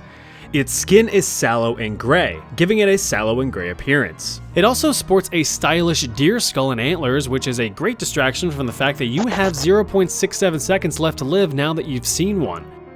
The Wendigo mercilessly hunts down any prey that gets lost in the woods on dark, cold, wintry nights. It is never satisfied when it feasts and must relentlessly seek out more prey. Every time it does feed, it grows larger in proportion, but always looks like it skipped every gym day possible. A Wendigo can grow as large as 15 feet, which, at that point you might as well just give up as they have exceptional hearing and eyesight, so there's no point in hiding. Oh yeah, I said they, because there can be multiple. But if you are feeling like these Wendies need to go, you can test your luck in ripping one's heart out and setting it on fire to banish it to the Shadow Realm forever. Just remember that there are others waiting nearby. Let's take a skip across the pond to Ireland, the home of rain, redheads, beer, and the Dullahan. Never heard of the Dullahan? Well, I'm gonna tell you about the Dullahan. He is known as the Harbinger of Death, a foreboding figure that leaves nothing but destruction in his wake. The Dullahan is described as a headless horseman with clothes and a horse blacker than black, giving him the appearance of a character you have yet to unlock. He carries his head in one hand and a human spine whip in another, which he uses to whip out the eyes of anyone who dares to look upon him. Oh look, the Dullahan. Hey, The Dullahan is also a bit of a party pooper, showing up on holidays and festivals to fill his quota of bodies and to step on your cake. Oh, my cake. So if you want to avoid this guy, there's two possibilities. One is that you're his target and there's absolutely nothing you can do, so... But if you're not his intended victim, be sure you're carrying at least a single gold coin in your pocket or wearing gold jewelry, as the Dullahan hates gold for some reason. You ever see a Dullahan chasing down a blinged out rapper? I didn't think so. Right across the Irish Sea is Scotland. It's like Ireland, but more Scottish, and they've got some pretty interesting creatures in their repertoire. But today, we will be looking at the Ach Ishka. Yeah, doesn't sound how it looks, does it? The Ach Ishka is a malevolent water spirit that takes on the form of a horse because Ach Ishka literally means water horse in Scottish Gaelic. So what does it look like? Pretty much a wet horse. Some interpretations have it with fins or claws, but a wet horse just seems funnier to me. What isn't funny is why it is so evil. The malevolent mare is said to roam the nearby sea, but can trot around on land where you may even be able to mount and ride the demonic horse if you've got the stones for it. The problem is, once you've climbed aboard, you become permanently stuck to its back if it smells or even sees water, and being a water spirit, that's pretty much a given. Once you've locked onto the saturated steed, it makes a beeline for the sea. It can breathe underwater, you can't. So you can see why you'd be in a bit of a pickle. The Ach Ishka will drag you down to the darkest depths where you will be ripped from its back and consumed, with only your stinky liver remaining to float to the surface as proof of your demise. Maybe you shouldn't ride on the back of a demonic horse? I don't know. But if you feel like you don't stand a chance, I suppose you could load up a blunderbuss full of silver to convert the horse demon into a pasta sauce. But first, make sure it's not just a normal horse you're aiming at. The Black Plague wasn't fun for anyone. Millions died to an invisible force that ravaged Europe, Asia, and Northern Africa. So, what's the best way to make sense of such an unknown cause of death? Why, make up a horrifying mythical nightmare creature, of course. In Norway, you may hear tales of the Pesta, a decrepit old witch that was the personification of the Black Plague itself. She is described as a dusty old hag dressed in black with the typical dead, sunken eyes. You've seen this stuff before. I mean, how scary could it really be? Grandma Plague is always traveling, either on foot, by boat, or even flying, with no true destination but only with the intention of spreading desolation and despair. She can show up to your house at any moment. Grabbing some breakfast? Pesta. Doing laundry? Pesta. Petting your cat? Check again, because you're petting the Pesta, and she loves it. This crusty old bitch comes equipped with either a broom or a rake, which according to legend determines the magnitude of death that she will leave behind. So remember this, if you see a rake, a few are left in her wake. If you see a broom, you're all fucked. Unfortunately, since she is the representation of the plague, there is no way to truly defeat her. Your best bet is to maintain your distance from others and practice good hygiene. Either that, or you can give her a quick spray of bleach.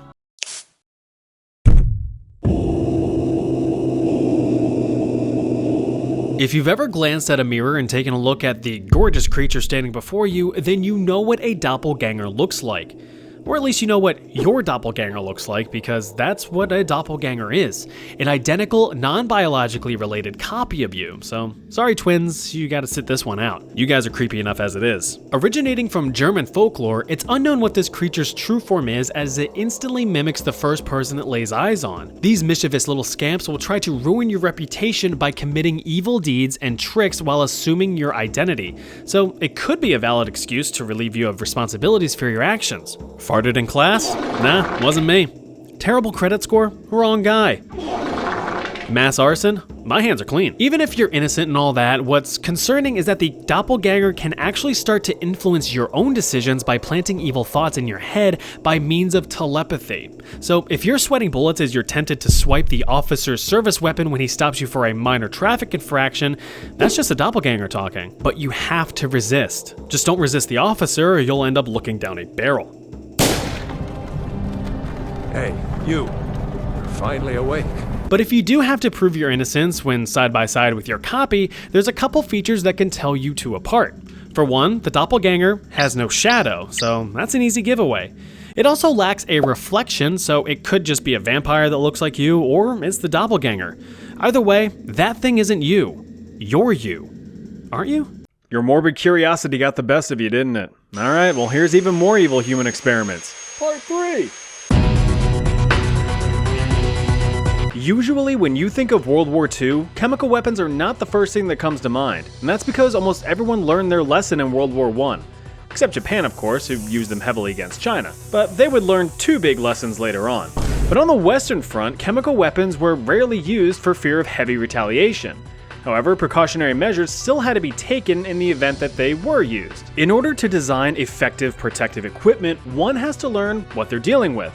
Enter the mustard gas experiments, secret tests conducted by the United States to gain more insight into the effects of mustard gas on soldiers. Now you might be asking, what about all those soldiers killed during World War I? Well, you'd actually be surprised to learn that out of the estimated 17 million or so deaths attributed to the Great War, only about 90,000 were from chemical weapons, with only a few thousand being directly from mustard gas. And that's only about 1/100%. That's not really a conclusive sample size. In order to paint a clearer picture of what they were dealing with, over 60,000 soldiers were voluntold to participate in these trials, often with zero knowledge of what they were about to experience. In total, there were 3 experimental designs for troops to partake in. The first, and the easiest, was the patch test. Liquid mustard gas was applied directly to the test subject's skin in order to observe any immediate effects. The second was the field test, where soldiers were deployed on a simulated battlefield and enveloped in a mustard gas cloud to test various protective equipment prototypes. The last design was the chamber test. Equipped with only makeshift gas masks, soldiers were locked in small chambers where mustard gas was piped in order to test its incapacitative properties. One soldier, Sergeant Rollins Edwards, recalls his horrific experience when enduring a chamber test at just 21 years old in 1943. And it was just one little hut there. And they told us all to go in there, but don't put on your gas mask until you smell gas. And we went in there, and I heard when the latch closed, it had a bar outside the door. This was plywood. And we all standing up in there, but I put my gas mask on right then. Well, the gas mask then was just paper and charcoal. When they turned that gas on from up top there, this guy started to scream because it was feel like there was a million red ants over you, just all over your whole complete body. Keep in mind that mustard gas itself, while it can be lethal, had a very low mortality rate in World War I, only around 2 to 3%.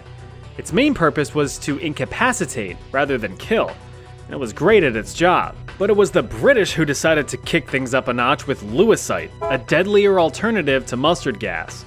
This was an arsenic-based compound capable of damaging your DNA on contact. Skin would blister, and your respiratory system would likely fail. But not only were these experiments aimed at observing the health effects on soldiers as a whole, but also how the chemicals may have affected different races. Black, Puerto Rican, Japanese, and white soldiers were tested separately, with the white soldiers being the control group, meaning that they were the baseline to compare to. If there was enough evidence to suggest that one group was more resistant than another, well, guess who's going to be sent on the front line? Of course, in the end, no such conclusive evidence was ever found, so good job with that one. Any soldier resisting participation was threatened with dishonorable discharge and jail time for failure to obey commands. During these experiments, soldiers were subjected to agonizing pain and trauma, which resulted in permanent physical and psychological damage for the rest of their lives.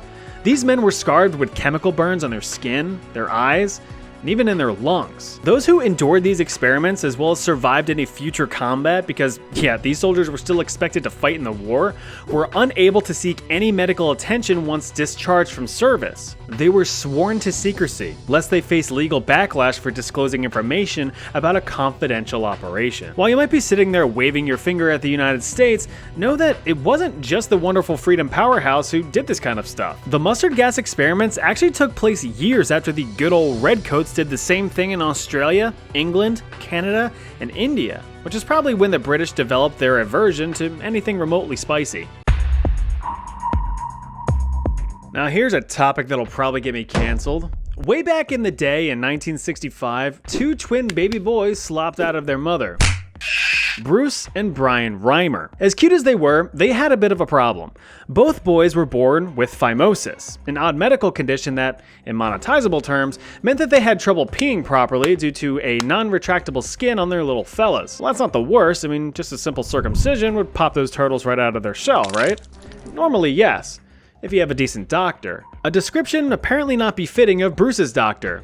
The physician who performed this rather routine surgery decided to be a bit unconventional and cauterized the freshly cut skin rather than a traditional stitching. This deviation from standard procedure rendered Bruce's manhood completely non-functional at just 8 months old. Outraged, the Reimer parents refused to have Brian undergo the same treatment, so his jacket still had its hood. With Bruce's medically malpracticed member, Reimer's parents eventually found one Dr. John Money, which sounds more like the prim and proper version of Johnny Cash, except Money would be performing a lot more hurt. Dr. John Money was a medical psychology professor at Johns Hopkins University. His research centered on theories of gender identity and gender roles. He would eventually pioneer the process of chemical castration, a drug treatment on sex offenders to completely eliminate their violent desires, which is pretty cool. But what's not cool is his role in the life of Bruce Reimer. After the Reimer family got in contact with Dr. Money, they were advised to have Bruce's remaining male parts surgically removed and to swap teams, undergoing gender reassignment and instead being raised as a girl. Bewildered, the parents agreed, and at just 2 years old, Bruce Reimer became Brenda Reimer. Although later in life, Bruce stated that he never really identified as female. But Dr. Money didn't stop there. He pushed further and tried to upsell just beyond the base model. Looks like little Brenda's gonna need some hormone treatment, and while you're at it, I can throw in a vagina as well. It'll look like a chewed up wad of gum, but it'll do the trick. We're just gonna take the hormone treatment? Thanks. No one ever wants the vagina. But this is where things started to really take a turn. You see, Money had a theory, one that explored the influences of nature versus nurture as it pertains to gender identity. He believed that such identities are instilled upon us through our upbringing rather than our biological traits. And this would culminate into one of the most strange and disturbing experiments I've ever read about. So thanks, YouTube comments section. Appreciate that. In what I can only assume would be a way to further his research, both Brenda and Brian regularly visited Dr. Money for routine checkups to see how the change had impacted their relationship and well-being. At just 6 years old, Money began exposing the children to explicit adult content. Even worse, he reportedly forced the two children to reenact certain poses featured in these films and had, at least on one occasion, taken pictures of the children doing this. Both children had reported incidents of Dr. Money's temper when resisting such requests. They stated that although he was calm and well-mannered in the presence of their parents, he became violent and verbally abusive behind closed doors. When discussing the events years later, Brenda recalled one specific event where Dr. Money had yelled at him for refusing to undress when both children were forced to inspect each other. Years later, a now teenage Brenda was propositioned by Money to undergo a full transition surgery, but Brenda repeatedly and adamantly refused. After years of, let's not sugarcoat it, full-blown sexual abuse, Brenda hit a psychological breaking point. It was at this time that the Reimer parents broke the truth to Brenda that he was born as a boy.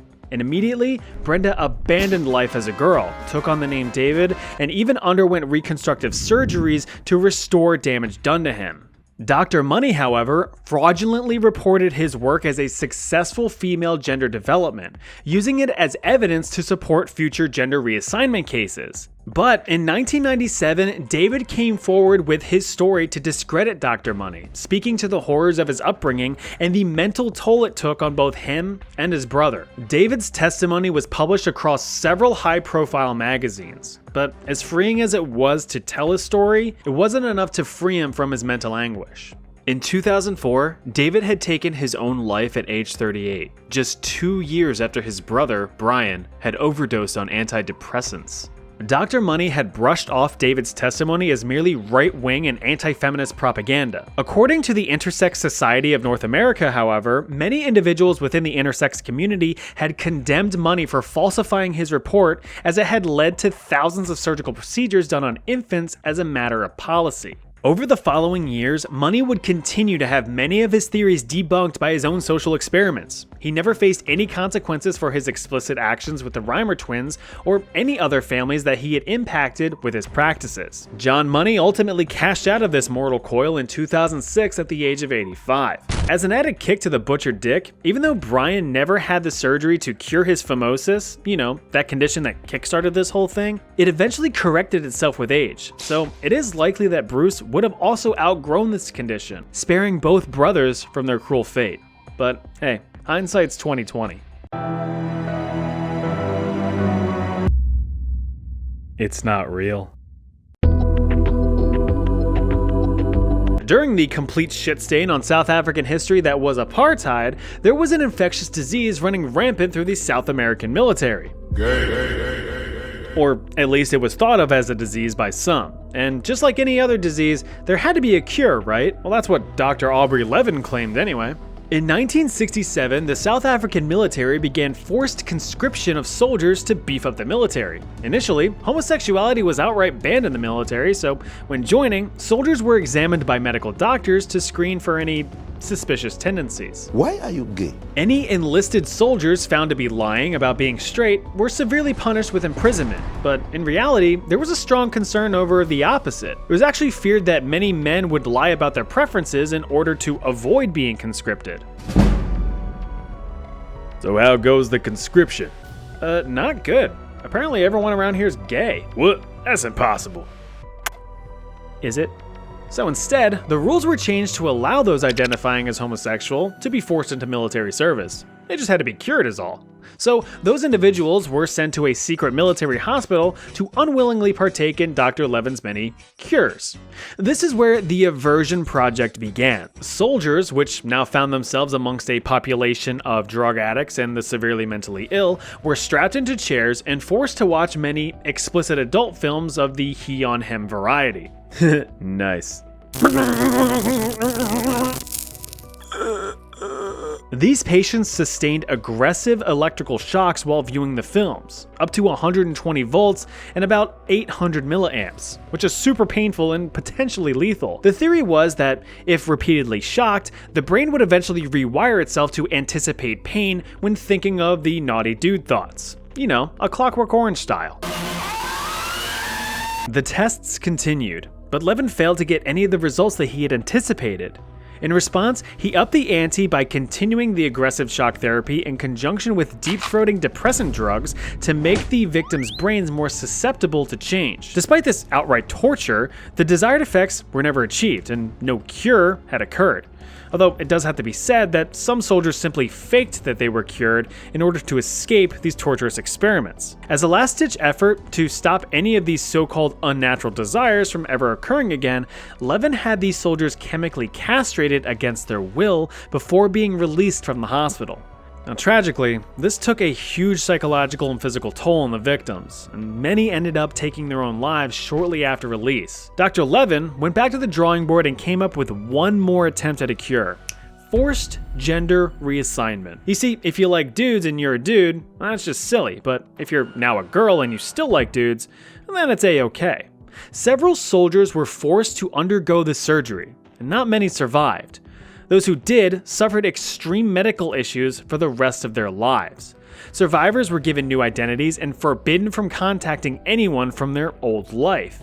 But the horror didn't stop there. In order to keep his failed experiments out of the public light, Dr. Levin oversaw the construction of Greifswald, a forced labor camp where any of his subjects that were considered incurable would reside. It wasn't until 1975, 7 years after his initial tests began, that the nightmare finally ended after Dr. Levin received a promotion. He left the military to become the Director of Mental Health for the South African Department of Health Services and Welfare. Of course, justice would never be served. After apartheid ended in 1995, Levin fled to Canada where he lived comfortably as a psychology professor. He was charged in an unrelated crime in 2010 and sentenced to 5 years imprisonment, but he was ultimately released just 18 months later on parole. And as of this video, he is 86 years old and still alive today as a free man. In the midst of the Cold War, rumors began to spread across the continents of Soviet brainwashing. American prisoners of war released after the Korean War were witnessed to be shadows of the men they once were, often regurgitating communist ideals to which they were apparently subjected to repeatedly during their capture. Some other men outright refused to return to American soil and fully defected to the USSR. Traitors. But these obvious tells of psychological manipulation struck fear into the vacuous heart of the American government. The CIA director at the time, Allen Dulles, condemned such actions, calling out the communist brainwashing as abhorrent and nefarious. He went on to state how such war tactics were beneath American values and even human values as a whole. So in order to ensure that this would never happen on American soil, Director Dulles, just 3 days after his little speech, approved Project MKUltra, the United States' very own mind control experimentation program. Sure, Dulles may have said that mind control is un-American, but losing is even un-American-er.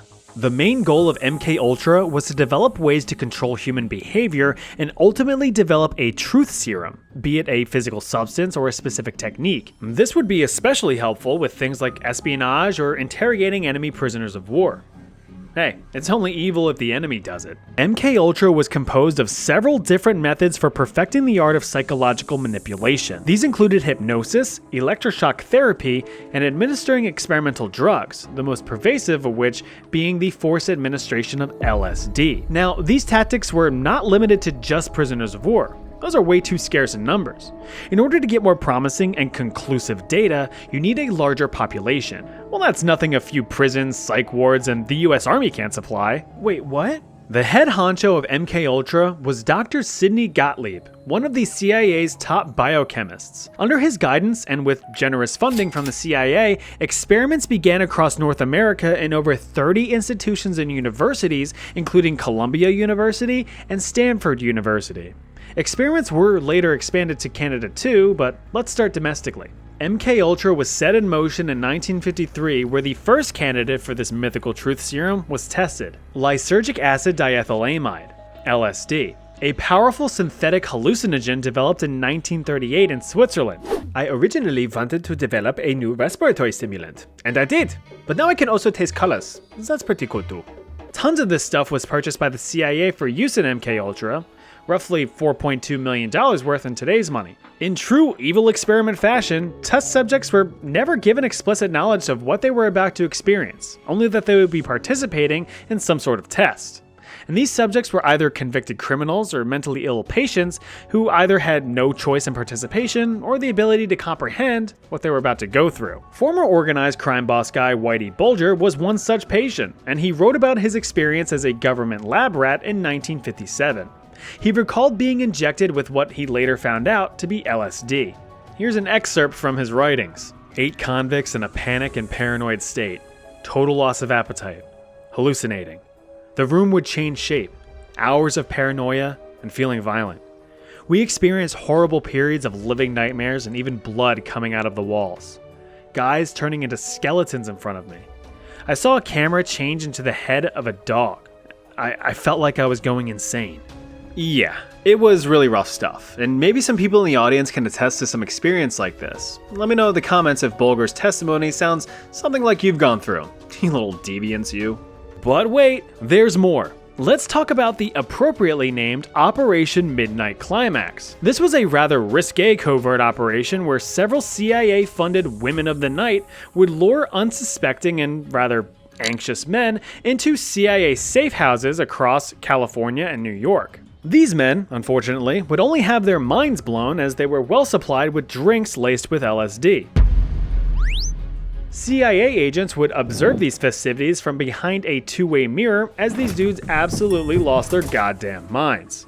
Athletic little fella, isn't he? You think that's bad? Well, the Canadians weren't much better.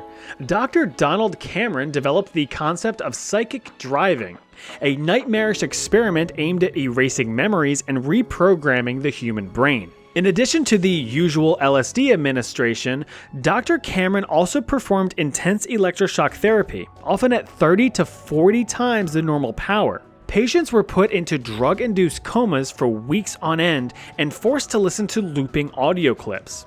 These patients were often diagnosed with anxiety disorders and postpartum depression. So imagine coming into a hospital, having anxiety, and being strapped into a chair, injected with drugs, electrically shocked, and forced to listen to the same audio looping for weeks on end. Fromage. Needless to say, these victims suffered permanent physiological damage, including complete amnesia and losing the ability to speak. Project MKUltra came to an abrupt end in 1973 when all of the classified documents were ordered to be destroyed after government-wide panic began following the events of the Watergate incident. You know, when President Nixon's re-election campaign staff were found secretly spying on their political opponents. This sparked a huge public distrust of the government and was a catalyst for many investigations of the government for foul play. Despite the purge of documentation, over 20,000 documents survived, which were subsequently investigated and brought into the public eye a year later. In 1976, President Ford signed an executive order banning any drug experimentation on human subjects without written and witness-informed consent. Dr. Gottlieb, who conveniently retired from the CIA in 1973, faced no consequences for his role in MKUltra and ultimately brushed off the project as ineffective and a waste of time. He died peacefully in his home in 1999.